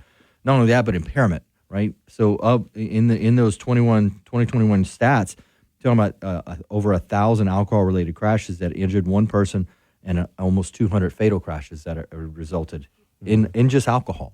Yeah. So mix that with school buses, and now we have a real problem, right? Because I can't tell you how many times we've got people impaired at 6, 7, 8 in the morning. And it's scary. It's really scary. Yeah. And what's worse on that is I took a CDL course for bus driving, and the things that you learn from that, like a lot of people don't stop and think about it, but a school bus can't stop on a dime. No, absolutely not. And so if you cut in front of a school bus and then you suddenly hit your brakes, you're going to get hit. Right. The bus just can't stop instantly. I think the average car is about 100 feet, 55 to 0, but a bus is like 200, almost it's double. 200 to 300 at least. And it depends on a lot of things, like how full is that bus? How many kids are on there? Correct. That really affects that. And you have to, and I couldn't get the CDL because I have sleep apnea, and they're very strict about that sort of thing. Like, you can't have any reason why you might fall asleep on the road and be able to drive a vehicle like that, a bus, truck, or whatever. And the amount of every safety rule that you think as a regular car driver, you have to add so many stipulations for the bus part. A lot of people just don't. They just think it's about just driving a bigger vehicle that a bunch of other people are on. There are so many different things that you have to take into account with a bus. And your average driver who would speed on a country road, who would pass a bus on a country road or anything like that, they don't stop to consider those things. No, not at all. Not at all. And that's why we give those bus drivers the authority to do that. Obviously we can't be everywhere. So, and that's why those penalties are so high with those violations. So we really want to point those out. And look, talking about going back to school, we are going to be doing I know there are a lot of back to school drives going on now, and I understand, which is a great thing, right? We are going to be doing one as well. We actually teamed up with, we do Once Was Incorporated, which is a veterans organization. Okay. And a lot of times over the holidays, we'll give them hams and turkeys and, to honor our veterans. So Once Was kind of approached us and wanted to team up with Community Honda on Moss Street. Lafayette PD, Lafayette SO are also going to join us as well. We're going to be doing a back-to-school drive there at Community Honda. So we're hoping to get some supplies dropped off. You can drop them off at Community Honda. If you want to drop them off at the State Police Headquarters, I have a box out there that you can drop stuff off for. The drive is going to be now until August 12th. Okay, so we got a couple of weeks to go. August 12th is going to be the giveaway from 11 to 1 at Community Honda. So we ask people, if you can donate things, please do. If you're in the area, by all means. So anyone in need can come by and get some school supplies if needed. So Community Honda, Lafayette PD, Lafayette Sheriff's Office, and State Police, and Once Was Incorporated. So all right, Trooper Thomas Gosson, our guest here on Tuesday. As always, sir, thank you so much. Appreciate you. Thank you. All right, we'll take this quick commercial break. News, weather, traffic, all on the way. Breaking news, traffic troubles as they happen, and your Acadiana forecast just one tap away on the free KPEL News app. Download it today in the App Store and Google Play. News Talk 96.5 KPEL, broadcasting from the Matthew James Tax and Wealth Management Studios. Find out more about how they can help you at matthew-james.com. Your 24/7 news source, on air, online, and with the Cape Hill News app. Now the headlines from the Cape Hill News Center. Good morning, I'm Bernadette Lee with your news and information update. A Youngsville man was arrested after trying to take a little boy from his mother at a shop on Cully Saloon Road. Monday, officers arrested 63-year-old Andrew Panday for trying to pick up the 3-year-old boy and leave the store. When the mother yelled, the man put the boy down and ran away. He was caught a short time later. An Opelousas woman, 40-year-old Ashley Sims, has been arrested for the third time for setting fire in the Opelousas area. State Fire Marshal's office says Sims is accused of setting a house fire on Cattle Drive last month. She was also arrested on 2 counts of 2 fires at that same location 6 months before. An Opelousas woman, 40-year-old Ashley Sims, has been arrested for the third time for setting fire in the Opelousas area. State Fire Marshal's office says Sims is accused of setting a house fire on Cattle Drive last month. She was also arrested on 2 counts of 2 fires at that same location 6 months before. Louisiana has been surpassed for the highest average combined state and local sales tax. That's according to Vice President of State Projects with the Tax Foundation, Jarek Walczyk. Here's more on the story. 1/1000th of 1%. Walczyk says Tennessee and Louisiana have nearly identical average combined rates at 9.55%. They're followed by Arkansas, Washington, and Alabama, with most of the Southeast ranking in the top half of the country. That part of the country just has a very high reliance on sales taxes, and Louisiana is no exception. Walczyk says Louisiana's tax code is outdated, but an effort to modernize is being made. Kudos to legislators for trying to tackle these issues. They've made some real progress. There's more work to do. LA will see a 0.45% reduction in the state sales tax in 2025. I'm Case Kieschnick. A survey conducted by a Louisiana pollster matches what other polls have shown. Former President Donald Trump is the frontrunner to receive the GOP nomination in the 2024 presidential race. Jeff Palermo has more on the story. The JMC Analytics poll of 1,100 Republicans nationwide finds Trump has the highest favorability at 71%. Next highest is Florida Governor Ron DeSantis at 55%. And asked who they would vote for today, 53% said Trump, while 17% said DeSantis. Trump is facing federal charges in 2 separate cases, but pollster John Kuvion says Trump's legal problems are not hurting his campaign. The stuff that's been lobbed at him so far has not really altered the equation at all. I'm Jeff Palermo. Well, before you take to the roadways for that last vacation before school gets back started, well, AAA is encouraging you to have your vehicle checked out. That also includes your tires. Spokesperson for the Motorists Association, Don Redmond, says the high temperatures create hot asphalt, and if your tires are worn or they're even underinflated, that really is just flat out a recipe for disaster. And those lead to blowouts almost all the time. We service at least about a million people of our AAA members during the summer because of their tires. Redmond says you should inspect your tires monthly to be sure they're properly inflated. If you're not used to looking over your tires on a regular basis, don't worry, you're not alone, because Redmond says 3 out of 5 drivers don't ever check their tires. And also 70% of us forget to look at the spare tire. So you have a flat tire, you pull over, try to change your tire, and your spare is deflated because you haven't even checked to see if it has any air. If you do have a blowout and need to change your tire, Redmond warns that it's extremely dangerous to do so on a busy roadway, and that only 20% of motorists even know how to change a tire. Now, an easy way to check to see if your tires do have enough tread on them, Redmond says, is to put a quarter with George Washington's head upside down in the treads of the tires. If you can see any part of his head, that's a good indication you need to replace those tires. Redmond says also be proactive about having your tires rotated every 5,000 to 7,000 miles. New Orleans is hosting hundreds of magicians as they attend the Society of American Magicians National Conference.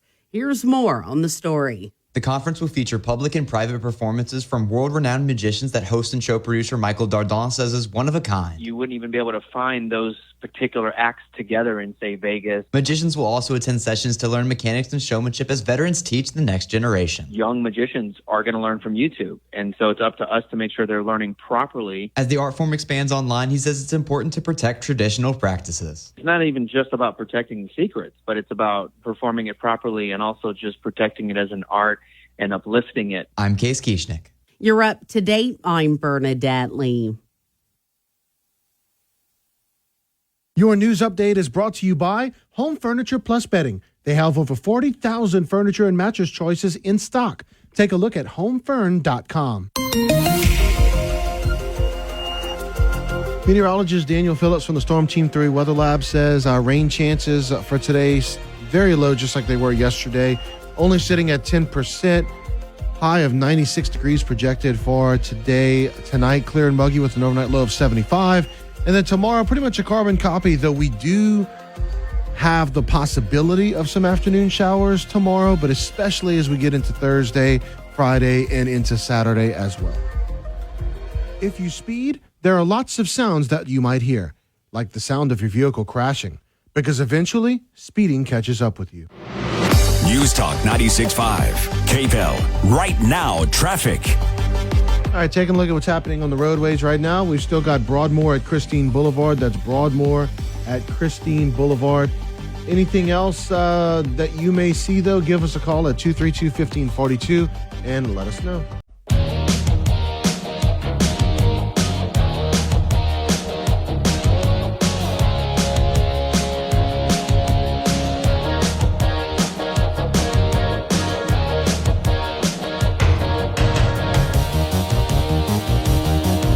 All right, original Top Gun or Top Gun Maverick? Which was your favorite?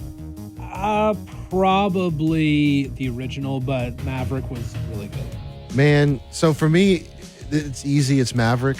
But we did this at the Kids Strong class. They'll inject a little fun. I mean, it's a fun class because in the exercises, but they'll inject a little fun questions like this. And they asked, "Hey, did you prefer Top Gun or Top Gun Maverick?" And I had my Top Gun shirt on, and I was the only one that raised my hand for Maverick. Mm-hmm. To which I got looks and a couple people saying, "How could you not, vote for the original one?" And I said, "Well, sorry, but I preferred Maverick just a little bit more." Yeah, but it's okay. It's a great movie franchise nonetheless. But I wouldn't have watched the original one had I not watched the second one. Yeah, that's what brought me to it.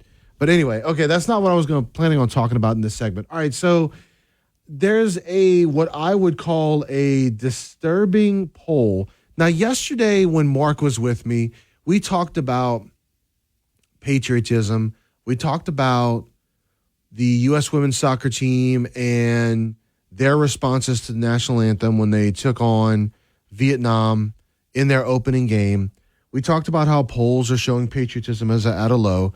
So here's a poll that just came in that focuses on patriotism amongst American youth, and especially those 18 to 34. Pride and national identity, the lowest among that age group. And the numbers that are coming in, overall, 39% of U.S. adults say they're extremely proud to be American in the most recent poll. Meanwhile, only 18% of those aged 18 to 34 said the same, compared to 40% of those aged 35 to 54, which is me and you, which is our group, and 50% of those over 55 and over. So basically what it's showing is the younger the demo goes, the lower the number of people who identify as being patriotic. Now, in the world of politics, okay, there is the question, which party is doing a better job of connecting with young voters? And are Democrats, is this going to affect Democrats in a negative way as that 18 to 34 age group is identifying themselves as less patriotic in our country? What are your thoughts? So the 18 to 34 demo, unless they were, for most of us in that demo, because I just hit 35, so technically I'm outside the demo, But yeah, you're in the one with 35 to 54, man. Right. Embrace it. But the thing You're getting is, old, like, Joe. I'm just very, very on the edge of which I'm. And the reason I bring that up is I was in middle school for 9/11. Okay. Since then, there really hasn't been anything to bring the country together.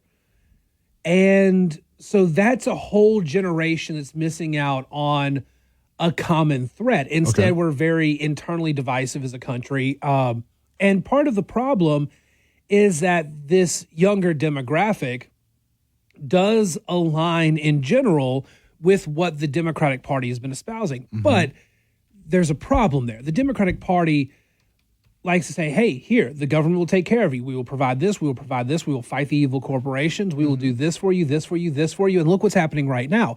When the economy goes south, the people who had been told the government would help them are not getting, the government's not fixing the problem. Right. So they become disillusioned, think, well, this is the group that's supposed to represent us and they're not doing anything. The entire system's broken and we're disenfranchised now.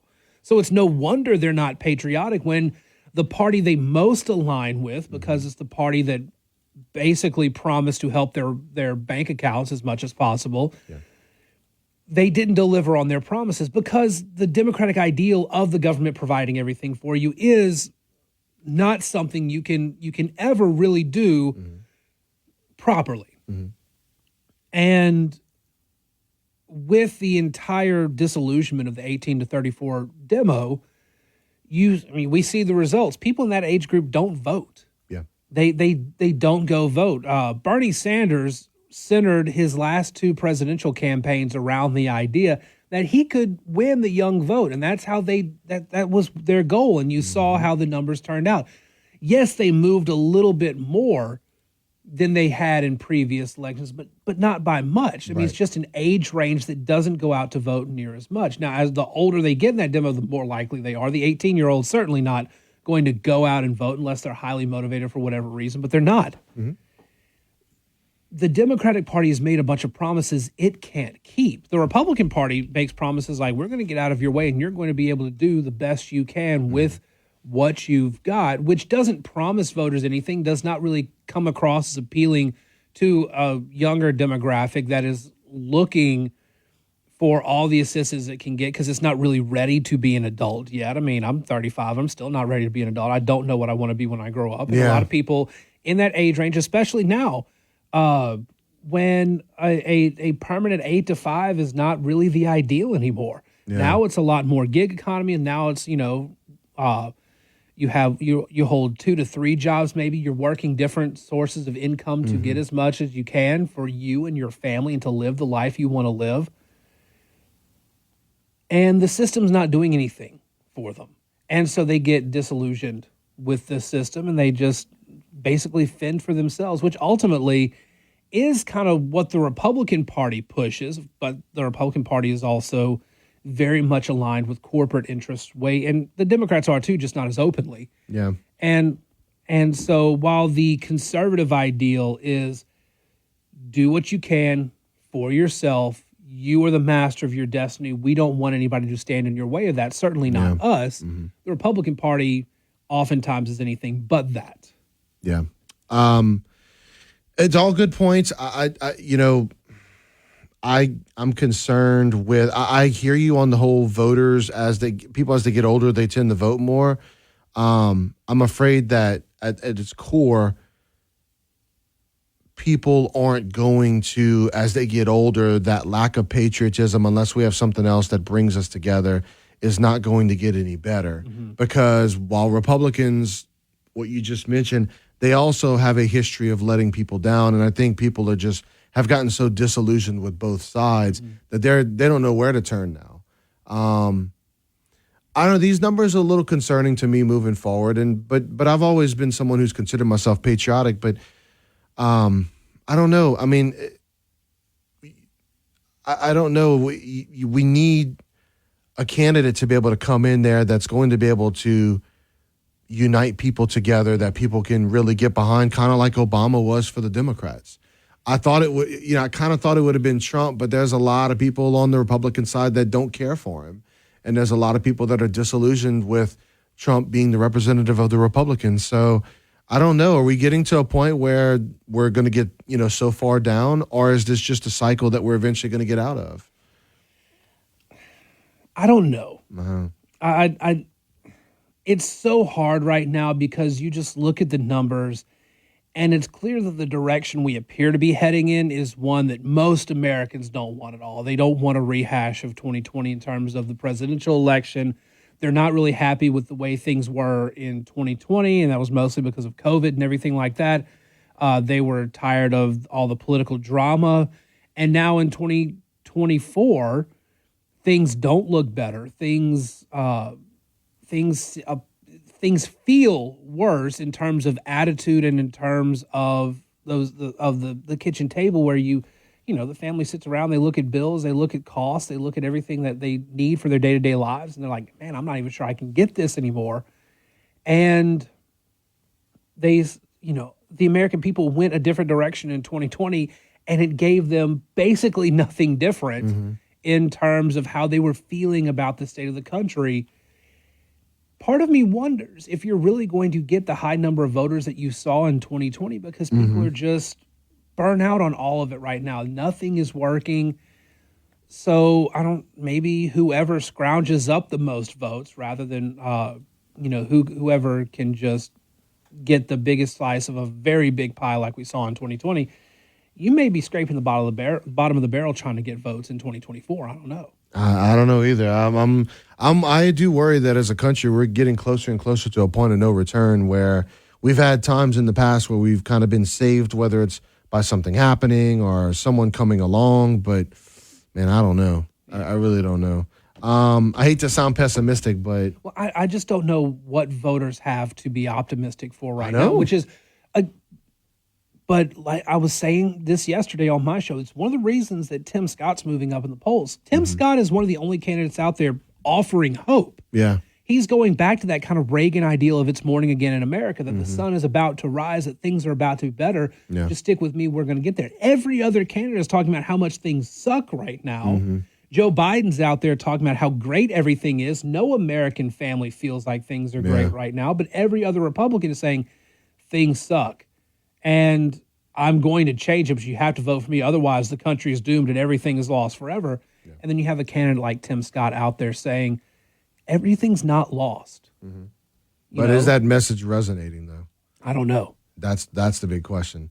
All right, we do have to go and take this break. We've got your Fox Business Report. We'll play that after the news at the top of the hour. We'll continue on right after. News Talk 96.5 KPEL, Breaux Bridge, Lafayette. Broadcasting from the Matthew James Tax and Wealth Management Studios, online at matthew-james.com. House Republicans are moving closer to opening an impeachment inquiry. I'm Dave Anthony, Fox News. Which provides Congress the strongest power to get the rest of the knowledge and information needed. House Speaker Kevin McCarthy tells Fox they've proven the Biden family got money doing business in China. The House Oversight Committee has locked in a closed-door deposition for Devin Archer, former associate of Hunter Biden, who himself has been convicted of securities fraud and sentenced to prison time. Yesterday, the White House said the president has never been in business with his son Hunter, a subtle but real messaging shift from prior claims that he has never spoken to Hunter about his foreign business. That's Fox's Jillian Turner. House Republicans also plan to question, perhaps in September, David Weiss, the U.S. attorney overseeing the Hunter Biden tax investigation, which IRS whistleblowers claim was marred by political interference to benefit the president's son, who will plead guilty tomorrow to 2 tax evasion misdemeanors. There's been another incident with Russia. The U.S. military says a Russian aircraft shot flares at a U.S. drone on a mission against ISIS terrorists. The drone was damaged but able to be flown safely to its base. Texas Governor Greg Abbott says he'll fight a new Justice Department lawsuit all the way to the Supreme Court, refusing to remove floating barriers along part of the Rio Grande River. It claims are cruel, unsafe, and illegal. The Republican tells Fox the federal government needs to enforce the laws already on the books that prevent people from crossing between the ports of entry. Until the Biden administration does that, Texas will be stepping up to do so. Another Republican running for president is qualified for the first debate next month. North Dakota Governor Doug Burgum has just met the polling threshold. Burgum already had the required number of campaign donors. Florida Governor Ron DeSantis, who's also qualified for that Republican presidential debate, was in a car accident a short time ago on the way to an event in Tennessee, but DeSantis was not hurt. America's listening to Fox News. Did you know you can get your prescriptions for less at your local pharmacy? You can with GoodRx. It's the free app that can save you money on your medications. Just search for your prescription, choose the pharmacy and the price that works best for you, and then show your GoodRx coupon to your pharmacist at the drop-off counter. GoodRx works at over 70,000 pharmacies, including Walmart, Rite Aid, and Walgreens, and it works whether you have insurance or not. It's easy to save. Next time you drop off your prescription, check GoodRx. To start saving today, go to GoodRx.com. GoodRx is not insurance. MVP's bonus days are back at Lowe's. Find special savings on top brands like DeWalt. Right now, save $60 when you buy a DeWalt impact driver or drill for just $99 each. Plus, MVP's Pro Rewards members will earn 3 times the bonus points when shopping the Pro Zone. Shop in-store and online today. Lowe's knows savings. Lowe's knows pros. DeWalt offer valid 7/17 through 8/2. Bonus points calculated before taxes and fees after applicable discounts if any. Valid through 7/28. Subject to change. He was a victim of racism decades ago. Now, President Biden wants to make him an icon of the civil rights movement. A proclamation signed today by the president creates the Emmett Till and Mamie Till Mobley National Monument. Emmett Till was 14 years old when he was abducted, tortured, and killed after being accused of whistling at a white woman in Mississippi in 1955. The new monument will protect places that tell the story of Emmett Till's too short life and racially motivated murder. White House Press Secretary Karine Jean-Pierre says the monument will include the Chicago church where Till's funeral was held, and 2 sites in Mississippi where the boy's body was recovered, and the courthouse where the white killers were acquitted. Today marks what would have been Emmett Till's 82nd birthday. At the White House, Jared Halpern, Fox News. The Obamas are in mourning after someone close to the former president who worked for him died. Massachusetts State Police and Edgartown Police are conducting the investigation into the death of Tafari Campbell, a personal chef for former President Obama. Campbell's body was found Monday morning, more than 12 hours after first responders were called to the Obamas' home on Martha's Vineyard amid reports that a male paddleboarder went into the water and struggled to stay on the surface. The former president and First Lady were not at home at the time of the death, but released a statement calling Campbell, quote, a truly wonderful man and beloved part of our family. It also mentioned his wife and twin boys. Campbell had worked for the Obamas during their time in the White House, then was asked to stay on after they left. Tanya J. Powers, Fox News. The Federal Reserve meeting starts today, expected to lead to another interest rate hike tomorrow. Last month, the Fed held its benchmark federal funds rate steady in a range between 5 and 5.25%. Its first pause after 10 consecutive increases since March of 2022, when officials raised it from near zero. Fox's Hillary Barsky on Wall Street. Stock futures are mixed. I'm Dave Anthony. This is Fox News. The Fox Business Report, brought to you by Paul's Jewelry, Acadiana's trusted family jeweler for over 65 years. I'm Elizabeth McDonald, and this is the Fox Business Report. General Motors, General Electric, and 3M all reported better than expected quarters this morning and are raising expectations for the year. Verizon also reported upbeat earnings. The Federal Reserve meets today and tomorrow. It's expected to raise interest rates by 0.25 percentage point. Inflation may be moderating, but some companies are still raising prices. Unilever, maker of Dove soap, Hellmann's mayonnaise, Knorr soups, and many other brands, says it charged 8% more in the recent quarter compared with a year ago because it's paying more for ingredients, wages, and energy. Elon Musk's decision to rebrand Twitter as X could result in some legal challenges. Reuters says multiple companies have intellectual property rights to the same letter. That's your Fox Business Report. I'm Ginny Cosola, invested in you. If you're hiring, it can feel like trying to find a needle in a haystack. You can hope the right person comes along, or you can just use ZipRecruiter. Like Marco, president of operations at Telly Tires and Auto Centers. ZipRecruiter helps me find all the right people, even the most difficult jobs to fill. See why 4 out of 5 employers who post a job on ZipRecruiter get a quality candidate within the first day. Now try ZipRecruiter free at ZipRecruiter.com/free. ZipRecruiter.com/FREE. Your 24/7 news source, on air, online, and with the Cape Hill News app. Now the headlines from the Cape Hill News Center. Good morning, I'm Bernadette Lee with your news and information update. U.S. Marshals in Houston have arrested 39-year-old Ladarian Green, who is suspected of second-degree murder in the death of Rita Jordan in Abbeville in 2012. She was stabbed inside of her home on Martin Luther King Drive. Green is also facing multiple other charges. Louisiana has been surpassed for the highest average combined state and local sales tax. That's according to Vice President of State Projects with the Tax Foundation, Jarek Walczyk. Here's more on the story. 1/1000th of 1%. Walczyk says Tennessee and Louisiana have nearly identical average combined rates at 9.55%. They're followed by Arkansas, Washington, and Alabama, with most of the Southeast ranking in the top half of the country. That part of the country just has very high reliance on sales taxes, and Louisiana is no exception. Walczyk says Louisiana's tax code is outdated, but an effort to modernize is being made. Kudos to legislators for trying to tackle these issues. They've made some real progress. There's more work to do. LA will see a 0.45% reduction in the state sales tax in 2025. I'm Case Kieschnick. A survey conducted by a Louisiana pollster matches what other polls have shown. Former President Donald Trump is the frontrunner to receive the GOP nomination in the 2024 presidential race. Jeff Palermo has more on the story. The JMC Analytics poll of 1,100 Republicans nationwide finds Trump has the highest favorability at 71%. Next highest is Florida Governor Ron DeSantis at 55%. And asked who they would vote for today, 53% said Trump, while 17% said DeSantis. Trump is facing federal charges in two separate cases, but pollster John Kuvion says Trump's legal problems are not hurting his campaign. The stuff that's been lobbed at him so far has not really altered the equation at all. I'm Jeff Palermo. Donald Trump will be in Metairie today for a high-priced fundraiser for his 2024 presidential campaign. VIP reception will cost $3,300 per person, and if you want a picture with him, that'll cost $23,000 per person or per couple.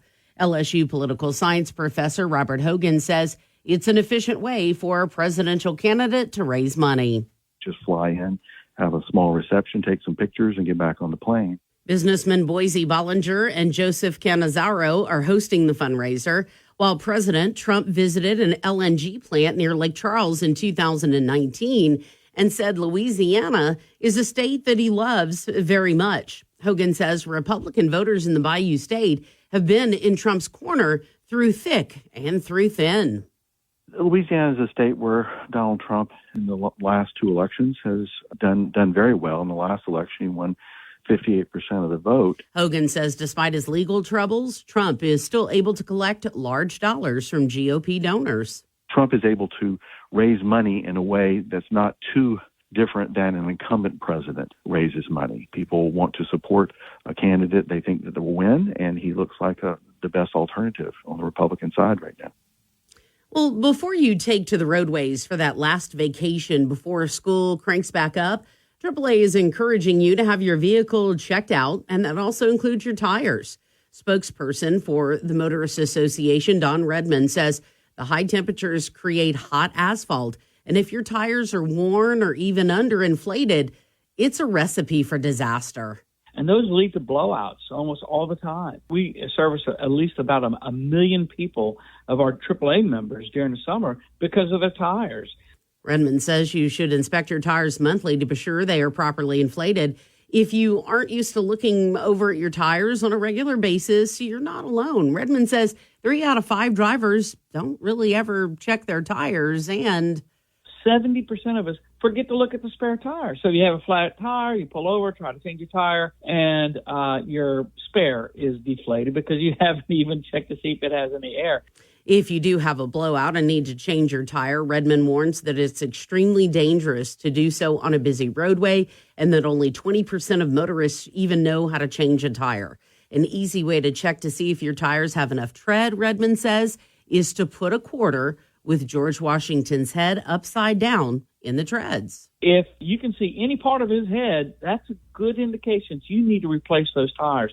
Redmond says to also be proactive about having your tires rotated every 5,000 to 7,000 miles.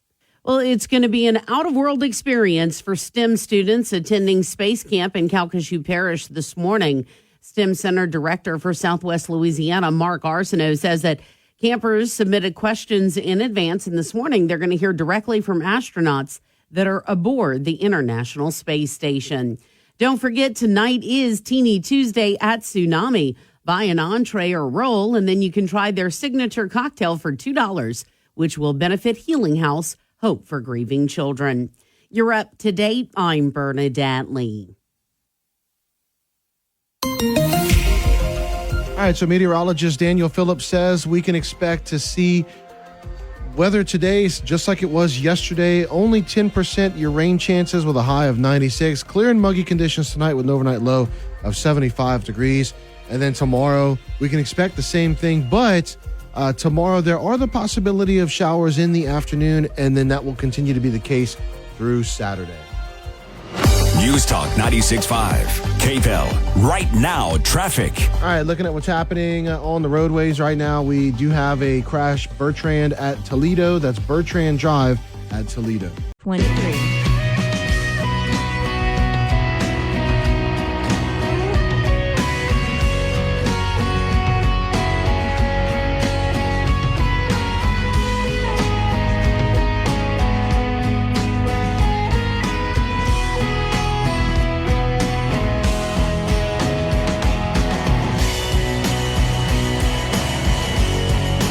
Good morning, Acadiana. Welcome into Acadiana's Morning News. Brandon Como and Jill Cunningham here with you on this Tuesday edition of the show. Thank you so much for waking up with us. We've had a good time this morning with some great guests and talking about some great topics. We've spent a lot of time talking about national politics this morning and talking about the race with on the Republican side, especially as Donald Trump is in Louisiana today.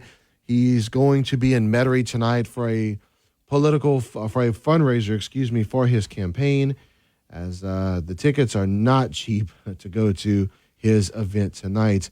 So we've had a great time talking about all those different things. But one thing that I, came across here, Joe, and kind of, switch into something a whole lot less more serious. So let me ask you this.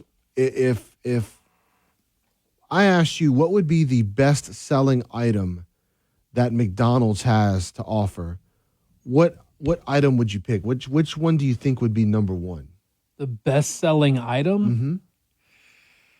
Mm-hmm. Dang, that's a tough one. I would probably guess the Big Mac or the Quarter Pounder. Okay, so the Big Mac was close. The Big Mac was number two. Mm-hmm. And the Quarter Pounder, trying to see where the Quarter Pounder is. The Quarter Pounder actually surprisingly does not make the top 10. Really? Yes. And I see my graduation in McDonald's meals was Happy Meal, Big Mac, and then Quarter Pounder. Yeah. That's the Big Mac. I love the sauce, but I love the Quarter Pounder getting more meat. But that one didn't even make the top 10. Mm-hmm. The double cheeseburger came in at number 9, which I do like their double cheeseburger. But what came in at number 1 were the French fries.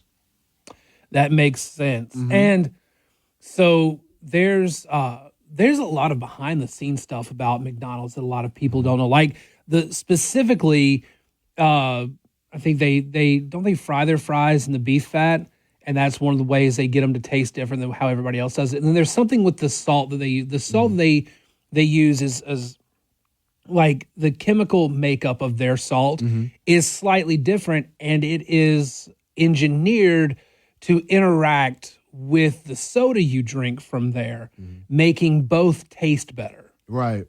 So McDonald's has really taken the chemistry of food into account, which is one of the reasons why they're on top of the world. Okay, so McDonald's and other fast food joints made the beef fat part of their signature fry flavors. But in the 80s, fast food restaurants took the ingredient out, when health advocates started criticizing them. Yeah. So then what McDonald's did was wanting to keep its signature beefy flavor, but without the beef fat itself. Their solution was to add, quote, natural beef flavor to its vegetable oil. Mm-hmm. Okay. So vegetarians, the whole joke is they don't have to write off their guilty pleasure yet. Okay, but that's the secret. It's not the salt. The salt isn't the main part of it. Though I will say when I taste McDonald's fries, the salt is the first thing I notice. And I love it. It tastes amazing. The pairing of French fries from McDonald's and their soft serve Coke, to me, just goes so well together. I've always enjoyed that. Now, what's interesting here is I started going down the rabbit hole, and of course, seeing the top items that sell, and the fries being number 1, the Big Mac 2, and to round it out, the snack wrap number 3, which I believe it was me and you that talked about the snack wrap. Yes. And missing the chicken snack wrap. Mm-hmm. I used to love having that.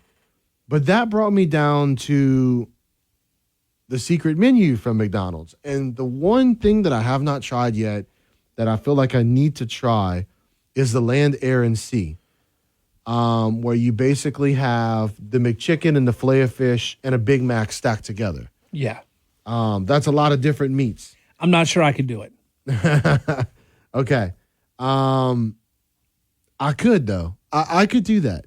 I could do it. I like trying kind of, crazy out of the box things when it comes to food. And I think I could do that. Now, another thing that was mentioned is getting fries with the Big Mac sauce. Mm-hmm. I've never had that before. I don't know. Is that's something that you've had or no? I love the Big Mac sauce. Yeah. I usually will get a quarter pounder with Mac sauce instead of the ketchup and mustard on it. Okay. But I know that there are some. You can order the Big Mac sauce on the side and get it in like the same little packets that you get the nugget sauces in, and it's really good to dip fries in. Another item on the secret menu is the Monster Mac. So it's a Big Mac made with 8, or you can choose any other number of burgers instead of 2. So it costs you extra per patty is essentially what they're saying. It's according to tasteofhome.com. You've also got, now this sounds interesting, cotton candy soda. If you put 2 pumps of French vanilla syrup in Sprite, it mimics the taste of cotton candy. Huh. Yes. I don't know how you say this, but the Mac Affogato. So basically it can be enjoyed in one of 2 ways. It as a traditional affogato or as a milkshake. To try it both ways, you order 2 shots of espresso, a small vanilla shake, and a sundae with no sauce. Yeah. Pour 1 shot of espresso into both the shake and the sundae. For the milkshake, mix in the espresso for a coffee milkshake effect. That sounds good. A really good done I've never heard affogato is amazing. Okay. And it's just like a scoop of ice cream and you pour a shot of espresso over it. It's wonderful. But to do it with McDonald's soft serve sounds extremely interesting. Did you know that there is an apple pie McFlurry? Yes. Okay. Did know that one. I didn't know that one. Where they blend it for you. The poor man's Big Mac. It's a McDouble, which is one with of their Mac good sauce bargains. Yeah, with is the Big Mac amazing. sauce. Yeah. Okay. I'm gonna remember that because I love the McDouble. Yeah. And I'm just gonna ask for the Big Mac sauce on it. Okay. The McChicken Big Mac, or the Big McChicken, replaces the 3 buns in a Big Mac with McChicken patties. Okay. That's like the KFC Double Down from years ago where they made a chicken sandwich, but the bun was the chicken and the meat was the bacon or whatever. Yeah. That's what that is. I remember that. There's also a McDonald's birthday cake that they sell for only $9. As well. This is amazing. Again, going down the rabbit hole, just finding all these different things. I'm going to have to incorporate these next time I head on over to McDonald's. And trust me, I like to head on to McDonald's about once, twice a week. Absolutely. Okay. Yeah. So, all right, we'll go ahead and take this break. We'll be back in just a couple of minutes. But first, you've got this word from Kim Commando. Celebrating 20 years of enlightening Acadiana. Moon Griffon, next on News Talk 96.5. K-Pill. A funny thing happened at Netflix. First, it angered millions by cutting off friends and relatives who were using your account but not living with you. Some canceled, but then things changed. I'm Kim Commando, brought to you by T-Mobile. Their advanced network now goes farther than ever before. Visit T-Mobile.com/55 today. The people Netflix cut off apparently realized that spending $10 to $15 a month for Netflix wasn't so bad after all. And suddenly, those canceled accounts turn into new accounts, millions. And they just keep coming and coming. 5.9 million as of today. So let's do the math. Each account generates at least $10 a month. At 5.9 million, that comes to 59 million new dollars every single month. That's more than $750 million a year in new revenue. And it proves, regardless of all the belt tightening and talk of recession, Netflix is the one streaming service Americans just can't seem to live without. Get TechSmart every single day and join over 400,000 people who get my free newsletter at getkim.com. So many people ask me this one question. What's the biggest mistake I've seen business owners make over the years? It's using the wrong software. And we all know that time is money. How much time are you spending getting bogged down by manual processes, spreadsheets, and multiple systems? Right now, my sponsor, NetSuite by Oracle, has an unprecedented offer. Get no payments and no interest for 6 months on a full implementation of the world's #1 cloud ERP. With NetSuite, you can manage and automate all of your business processes in one place. You can boost efficiency, build forecasts, and increase productivity across every department. Get the visibility and control you need to make better decisions faster. And if you've been sizing NetSuite up to make the switch, then you know this deal is unprecedented. No interest, no payments. Take advantage of the special financing offer at netsuite.com/Kim. That's netsuite.com/Kim to get the visibility and control that you need to weather any storm. netsuite.com/Kim. netsuite.com/Kim.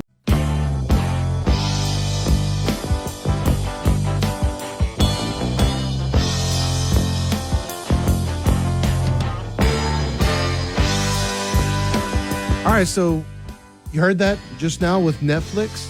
So it seems like people, I think it's still early though, but it seems like since Netflix started cracking down on the password sharing, that this is turning out for the better for them as people are saying, you know what, it's worth it to go ahead and pay for the streaming service. And I was telling you just a minute ago, Joe, I find that looking at Netflix, they've kind of upped their game over the past couple months with what they have to offer. And I think they've given people a lot of good reasons to stick with them. Yeah. And one of the things that Netflix has always had a problem with is how much money they spend, which is why they have so many shows that they debut but then had to pull quickly because the cost of production for the episodes of those TV shows and the movies they make is so high. Right. But when they really hit on a winning formula, man, they absolutely crush it. Yeah. And it's almost like that. Sometimes there's too much options, and I'm sitting there like saving the different ones, like marking them, like, okay, I'm gonna get to this, I'm gonna get to this, and I don't have enough time to get to them. And what you also have is they're going to have their ups and their downs, and you can probably, if somebody were to go and study, I don't think anybody really has. If you look at the most popular television shows of all time, you'll find that Netflix's numbers go up and down depending on when those shows are on Netflix and when they're not. Like the show, the USA Network show Suits is back on Netflix. I saw that. And it was there for a while. It went away for a bit, and now it's back. And people are going to start watching that again, and because it's a good show, despite Meghan Markle. But it's a good show, and people really liked that law drama. And they're going to go back and watch it. So you might find that subscriptions pick up as more people start talking about that. But then, when some of those good shows leave Netflix, people are like, what am I sitting here paying for this for? And so they drop it for a while. So I think there's a lot of it that's cyclical. Yes, but I think that, and maybe I'm giving them too much credit, I think that, because we all wondered, like, okay, why are they doing this now? Why haven't they either been doing it, or why are they picking this moment? And I think it's because they saw that they were going to be prepared for it. Yeah. People, again, I still think it's early. And I still think as the cycle turns on the downside, you're going to get people starting to drop it again. But, like, I noticed that for a while, Netflix really didn't, while they had a lot of options, there wasn't what I would consider a lot of great options. Now, our tastes are all different in what we like to watch. But I felt like there was only like, 2 or 3 kind of shows that people would really get into, and it was kind of scrounging. But now, like I said, go and even check it out yesterday. I was like, wow, like you've got so many different options now. And I thought about it, and especially hearing with what Kim Commando was just talking about. Okay, they went ahead and they prepared for this moment, because if they would have been at the point where they were probably 3 months ago with not a lot of offerings, I think they wouldn't be making the money that they are now. And I think it's just such a pivotal point. If you're going to make an announcement like the password sharing, cracking down on that, where it's seen as a negative, you have to be able to combat that with your product being at its best. And I think right now it's gotten to where the product is at its best again. Yeah. And so they were prepared for it, and it's paying off big for them right now. But they're still going to have to keep these customers and down the line. But for the moment, I think they did a really good thing. They prepared for it. They did, and they're also benefiting from the fact that Disney is so weak right now. I mean, Disney Plus was an amazing product that a lot of people were really enjoying, but the quality there has dropped significantly. Disney itself has become involved in political battles it perhaps should not have gotten involved with. Yeah. That's having a big impact. Disney's bottom line is suffering right now. And I mean, some of their biggest properties, Star Wars, they got a hold of LucasArts and they did their own take on Star Wars, and their movie franchise has suffered for it. Yeah. You have the Marvel franchise, which is suffering right now. The Marvel shows have been pretty good, but the latest Marvel movies just have not been great at all. No. So Disney is just, they have a lot of good material to work with. They just hire the wrong people to do it, and it's chasing their customer base away. Meanwhile, Netflix is dropping a ton of money, a lot of which it doesn't really have, but they're producing a good product and bringing more people aboard. Disney Plus, we just recently got it as my kids are getting into that age where they can start watching some of the Disney movies. Although some of them are still kind of, the storylines are a little, for a little bit older and trying to explore with some of the movies like that have, it's kind of amazing when you stop and think about it, when you have little toddlers, how many Disney movies have like these villains that could give little kids nightmares. So you have to, so we're kind of careful with that. I just introduced my youngest to Lion King. Yeah. We'd been watching the whole Toy Stories franchise, and it's kind of like, all right, let's see if we can find something else to kind of throw in the mix from time to time. And so, watched Lion King, which is a little bit more of an advanced storyline in some ways. Scar can be a little freaky maybe, but he did fine with it. And but looking at some of the other Disney movies as well, like some of the new stuff they're doing. The Buzz Lightyear movie, that was terrible. Yeah, I don't understand that one, even with the people who made the woke part of it. So like they made that the central part of the argument. Take that part away. It's still a bad movie. It's a terrible movie. It wasn't engaging or entertaining. It really didn't do anything for people who were longtime Toy Story fans. I mean, it offered nothing in terms of nostalgia, and it offered nothing in terms of attracting a new audience. Yeah, so, I compare it to the Rocky series that then branched off into the Apollo Creed series. Yeah, or Creed series, I should say. That kept people interested. They kept some of the same characters, and it was a good passing of the torch. Maybe not to the purest of Rocky fans like Shannon, who doesn't really find the Creed movies interesting, but for people like me who loved Rocky growing up, it was a good transition. It was a good passing of the baton. Yeah. But whatever they tried to do, when you try to put in, whether it's the woke stuff, whatever, it just didn't translate well into the new Buzz Lightyear movie. And so I think Disney, as you sense the theme with the whole woke thing that's going on right now, they're going to have to do something to revive itself, because we'll watch the classics, but the new stuff just doesn't offer much of anything. No, it really doesn't. All right, we'll take this break. News, weather, traffic, all on the way, and we'll continue on with the show right after this. News Talk 96.5 KPL, broadcasting from the Matthew James Tax and Wealth Management Studios. Find out more about how they can help you at matthew-james.com. Your 24/7 news source, on air, online, and with the Cape Hill News app. Now the headlines from the Cape Hill News Center. Good morning, I'm Bernadette Lee with your news and information update. A Youngsville man was arrested after trying to take a little boy from his mother at a shop on Cully Saloon Road. Monday, officers arrested 63-year-old Andrew Panday for trying to pick up the 3-year-old boy and leave the store. When the mother yelled, the man put the boy down and ran away. He was caught a short time later. An Opelousas woman, 40-year-old Ashley Sims, has been arrested for the third time for setting fire in the Opelousas area. State Fire Marshal's office says Sims is accused of setting a house fire on Cattle Drive last month. She was also arrested on 2 counts of 2 fires at that same location 6 months before. An Opelousas woman, 40-year-old Ashley Sims, has been arrested for the third time for setting fire in the Opelousas area. State Fire Marshal's office says Sims is accused of setting a house fire on Cattle Drive last month.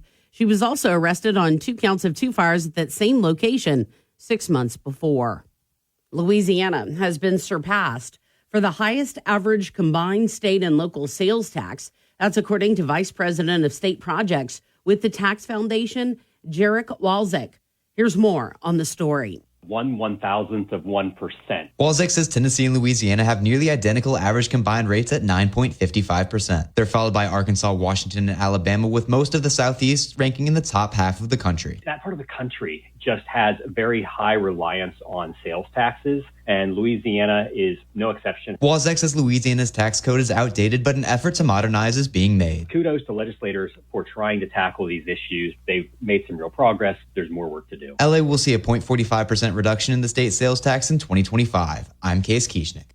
A survey conducted by a Louisiana pollster matches what other polls have shown. Former President Donald Trump is the frontrunner to receive the GOP nomination in the 2024 presidential race.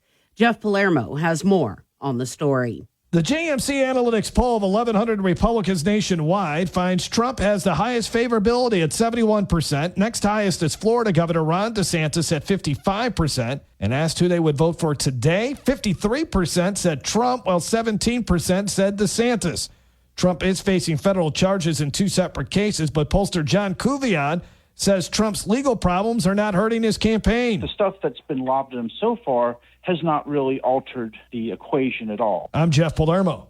Well, before you take to the roadways for that last vacation before school gets back started, well, AAA is encouraging you to have your vehicle checked out. That also includes your tires. Spokesperson for the Motorists Association, Don Redmond, says the high temperatures create hot asphalt. And if your tires are worn or they're even underinflated, that really is just flat out a recipe for disaster. And those lead to blowouts almost all the time. We service at least about a million people of our AAA members during the summer because of their tires. Redmond says you should inspect your tires monthly to be sure they're properly inflated.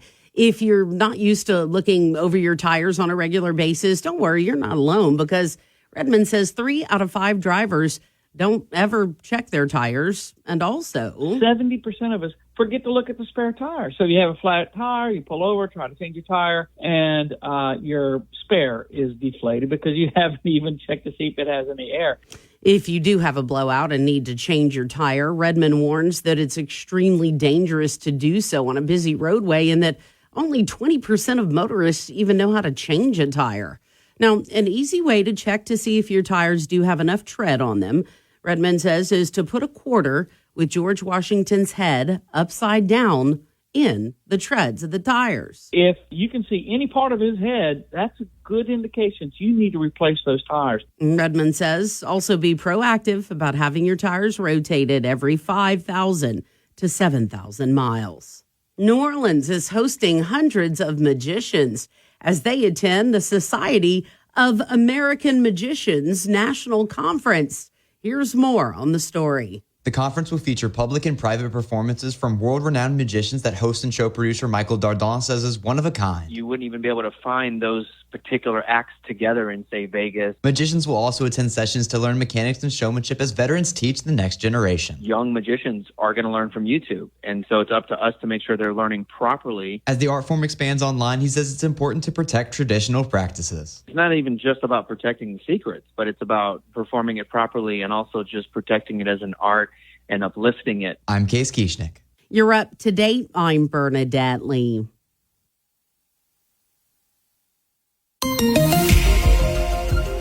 All right, taking a look at your weather forecast. Storm Team 3 Weather Labs, Daniel Phillips says we can expect a carbon copy of yesterday's weather for today. A high mid to upper 90s. Rain chances very low, almost non-existent. Clear and muggy conditions tonight with a low in the mid 70s. And then tomorrow looks like we'll start out the same way, but we do have the possibility of showers in the afternoon. And those possibilities of showers in the afternoon will continue through Saturday. News Talk 96.5, KPEL. Right now, traffic. All right, right now taking a look at what is happening on the roadway. We do have a crash. Let's see here. Bertrand at Toledo. That's Bertrand at Toledo. And South College near its intersection with Coolidge and Bendel. So it's that whole South College, Bendel, Coolidge. We've got that whole area. You got a crash there by the Hyman Performing Arts Center. Please be careful. School is right around the corner, and there are many kids in our area who don't have access to the supplies they need to have a successful year. Foster kids, homeless, and most needy children need your help as they get ready for the school year. The 8th annual Mable's Table Backpack Project gives you a chance to provide for these students. You can bring school supplies to 2 drop-off locations across Lafayette, Caroline and Company at 1800 Colley Saloon Road, Suite 100, and Grace Presbyterian Church at 518 Roselawn Boulevard. Then, on Friday, July 28th from 3 to 5 p.m., volunteers will be packing backpacks for the kids at Grace Presbyterian. Their goal? To pack over 300 backpacks, but they can't get there without you. Please donate your school supplies at Caroline and Company on Colley Saloon Road or Grace Presbyterian Church on Roselawn Boulevard, or consider packing some backpacks yourself and help our children in need. Just go to mablestable.org for more information. That's mablestable.org.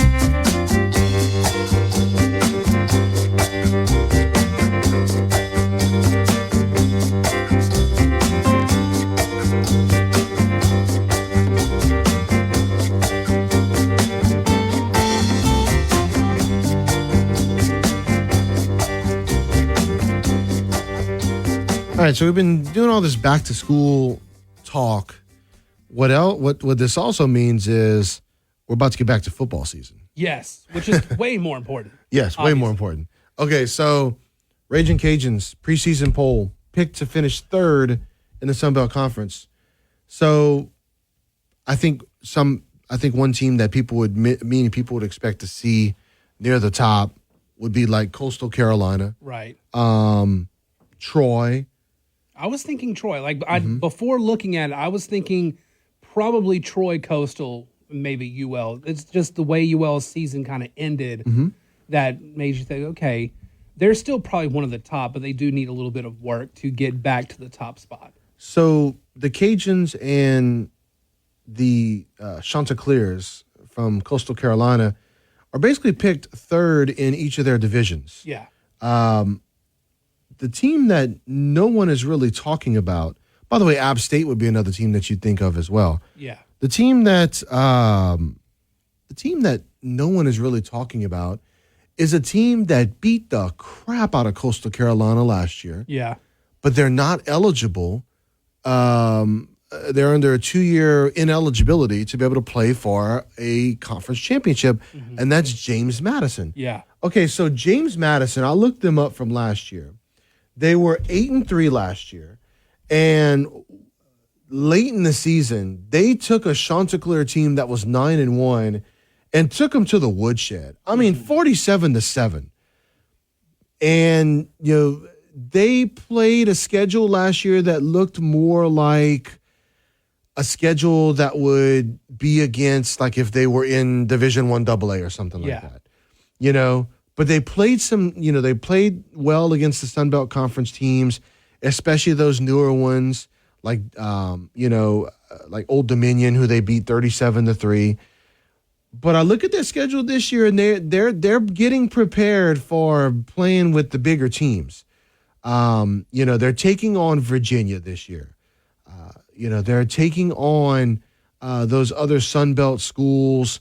They're taking on some of the not massive names, but bigger names that have had success, like UConn and stuff like that. James Madison is a team that, while they won't be able to play for a conference championship this year, and they're not playing UL either because they're in different divisions, it's a team to watch out for as a possible Sun Belt power moving forward. They're someone that made a splash in basketball. They didn't do a lot in baseball, though they swept the Cajuns, which was at a low point of the season for UL, coming off their victory against LSU.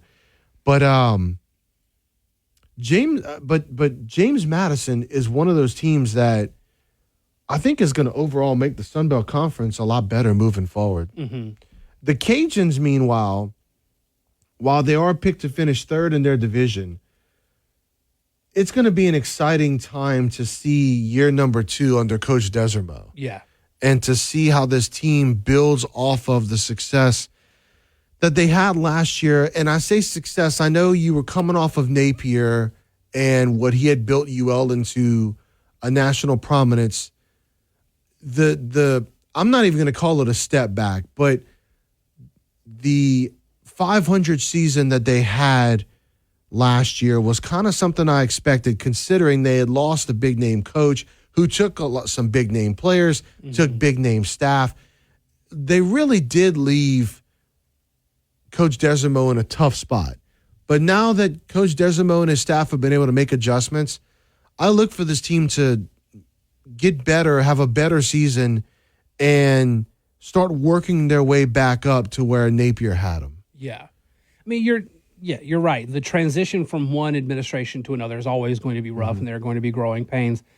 At the same time, what you did see with what was left behind and what was rebuilding, there was a lot of promise there. Right. And so clearly the Cajuns still have the winning formula. They just haven't figured out the math to make the formula work out. Right. And I think with last year's growing pains and still transitioning from one system, kind of keeping the system that was in place, but moving slightly a little bit, I think everybody's going to be in a more comfortable zone. I mean, they looked a little more comfortable at the end of the season last year. It was just kind of a rough growing pain season. This year, I don't know.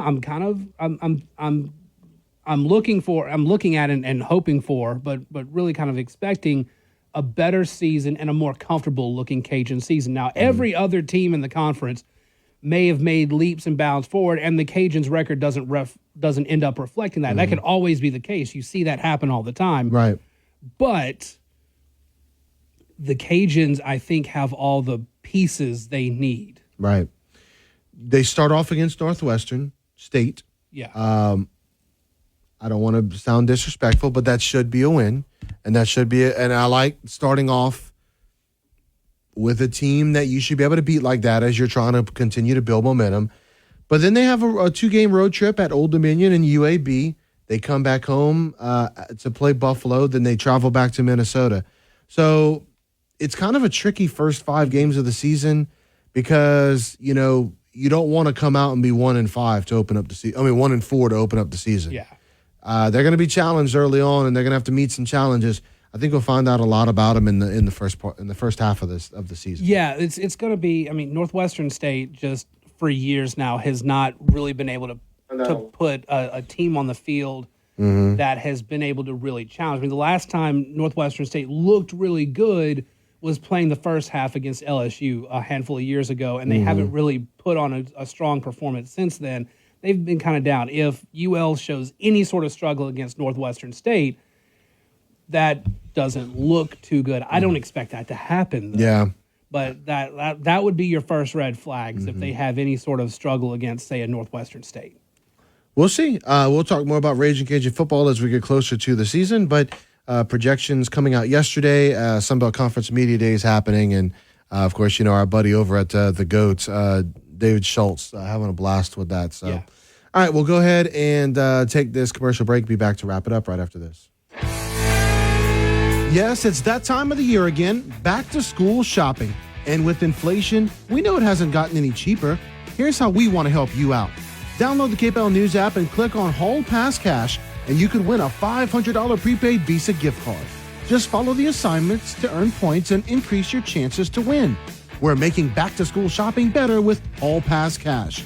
Brought to you by Acadiana-owned and operated Mattress Gallery located on Kali Saloom across from River Ranch. From selection to delivery, it's Mattress Gallery.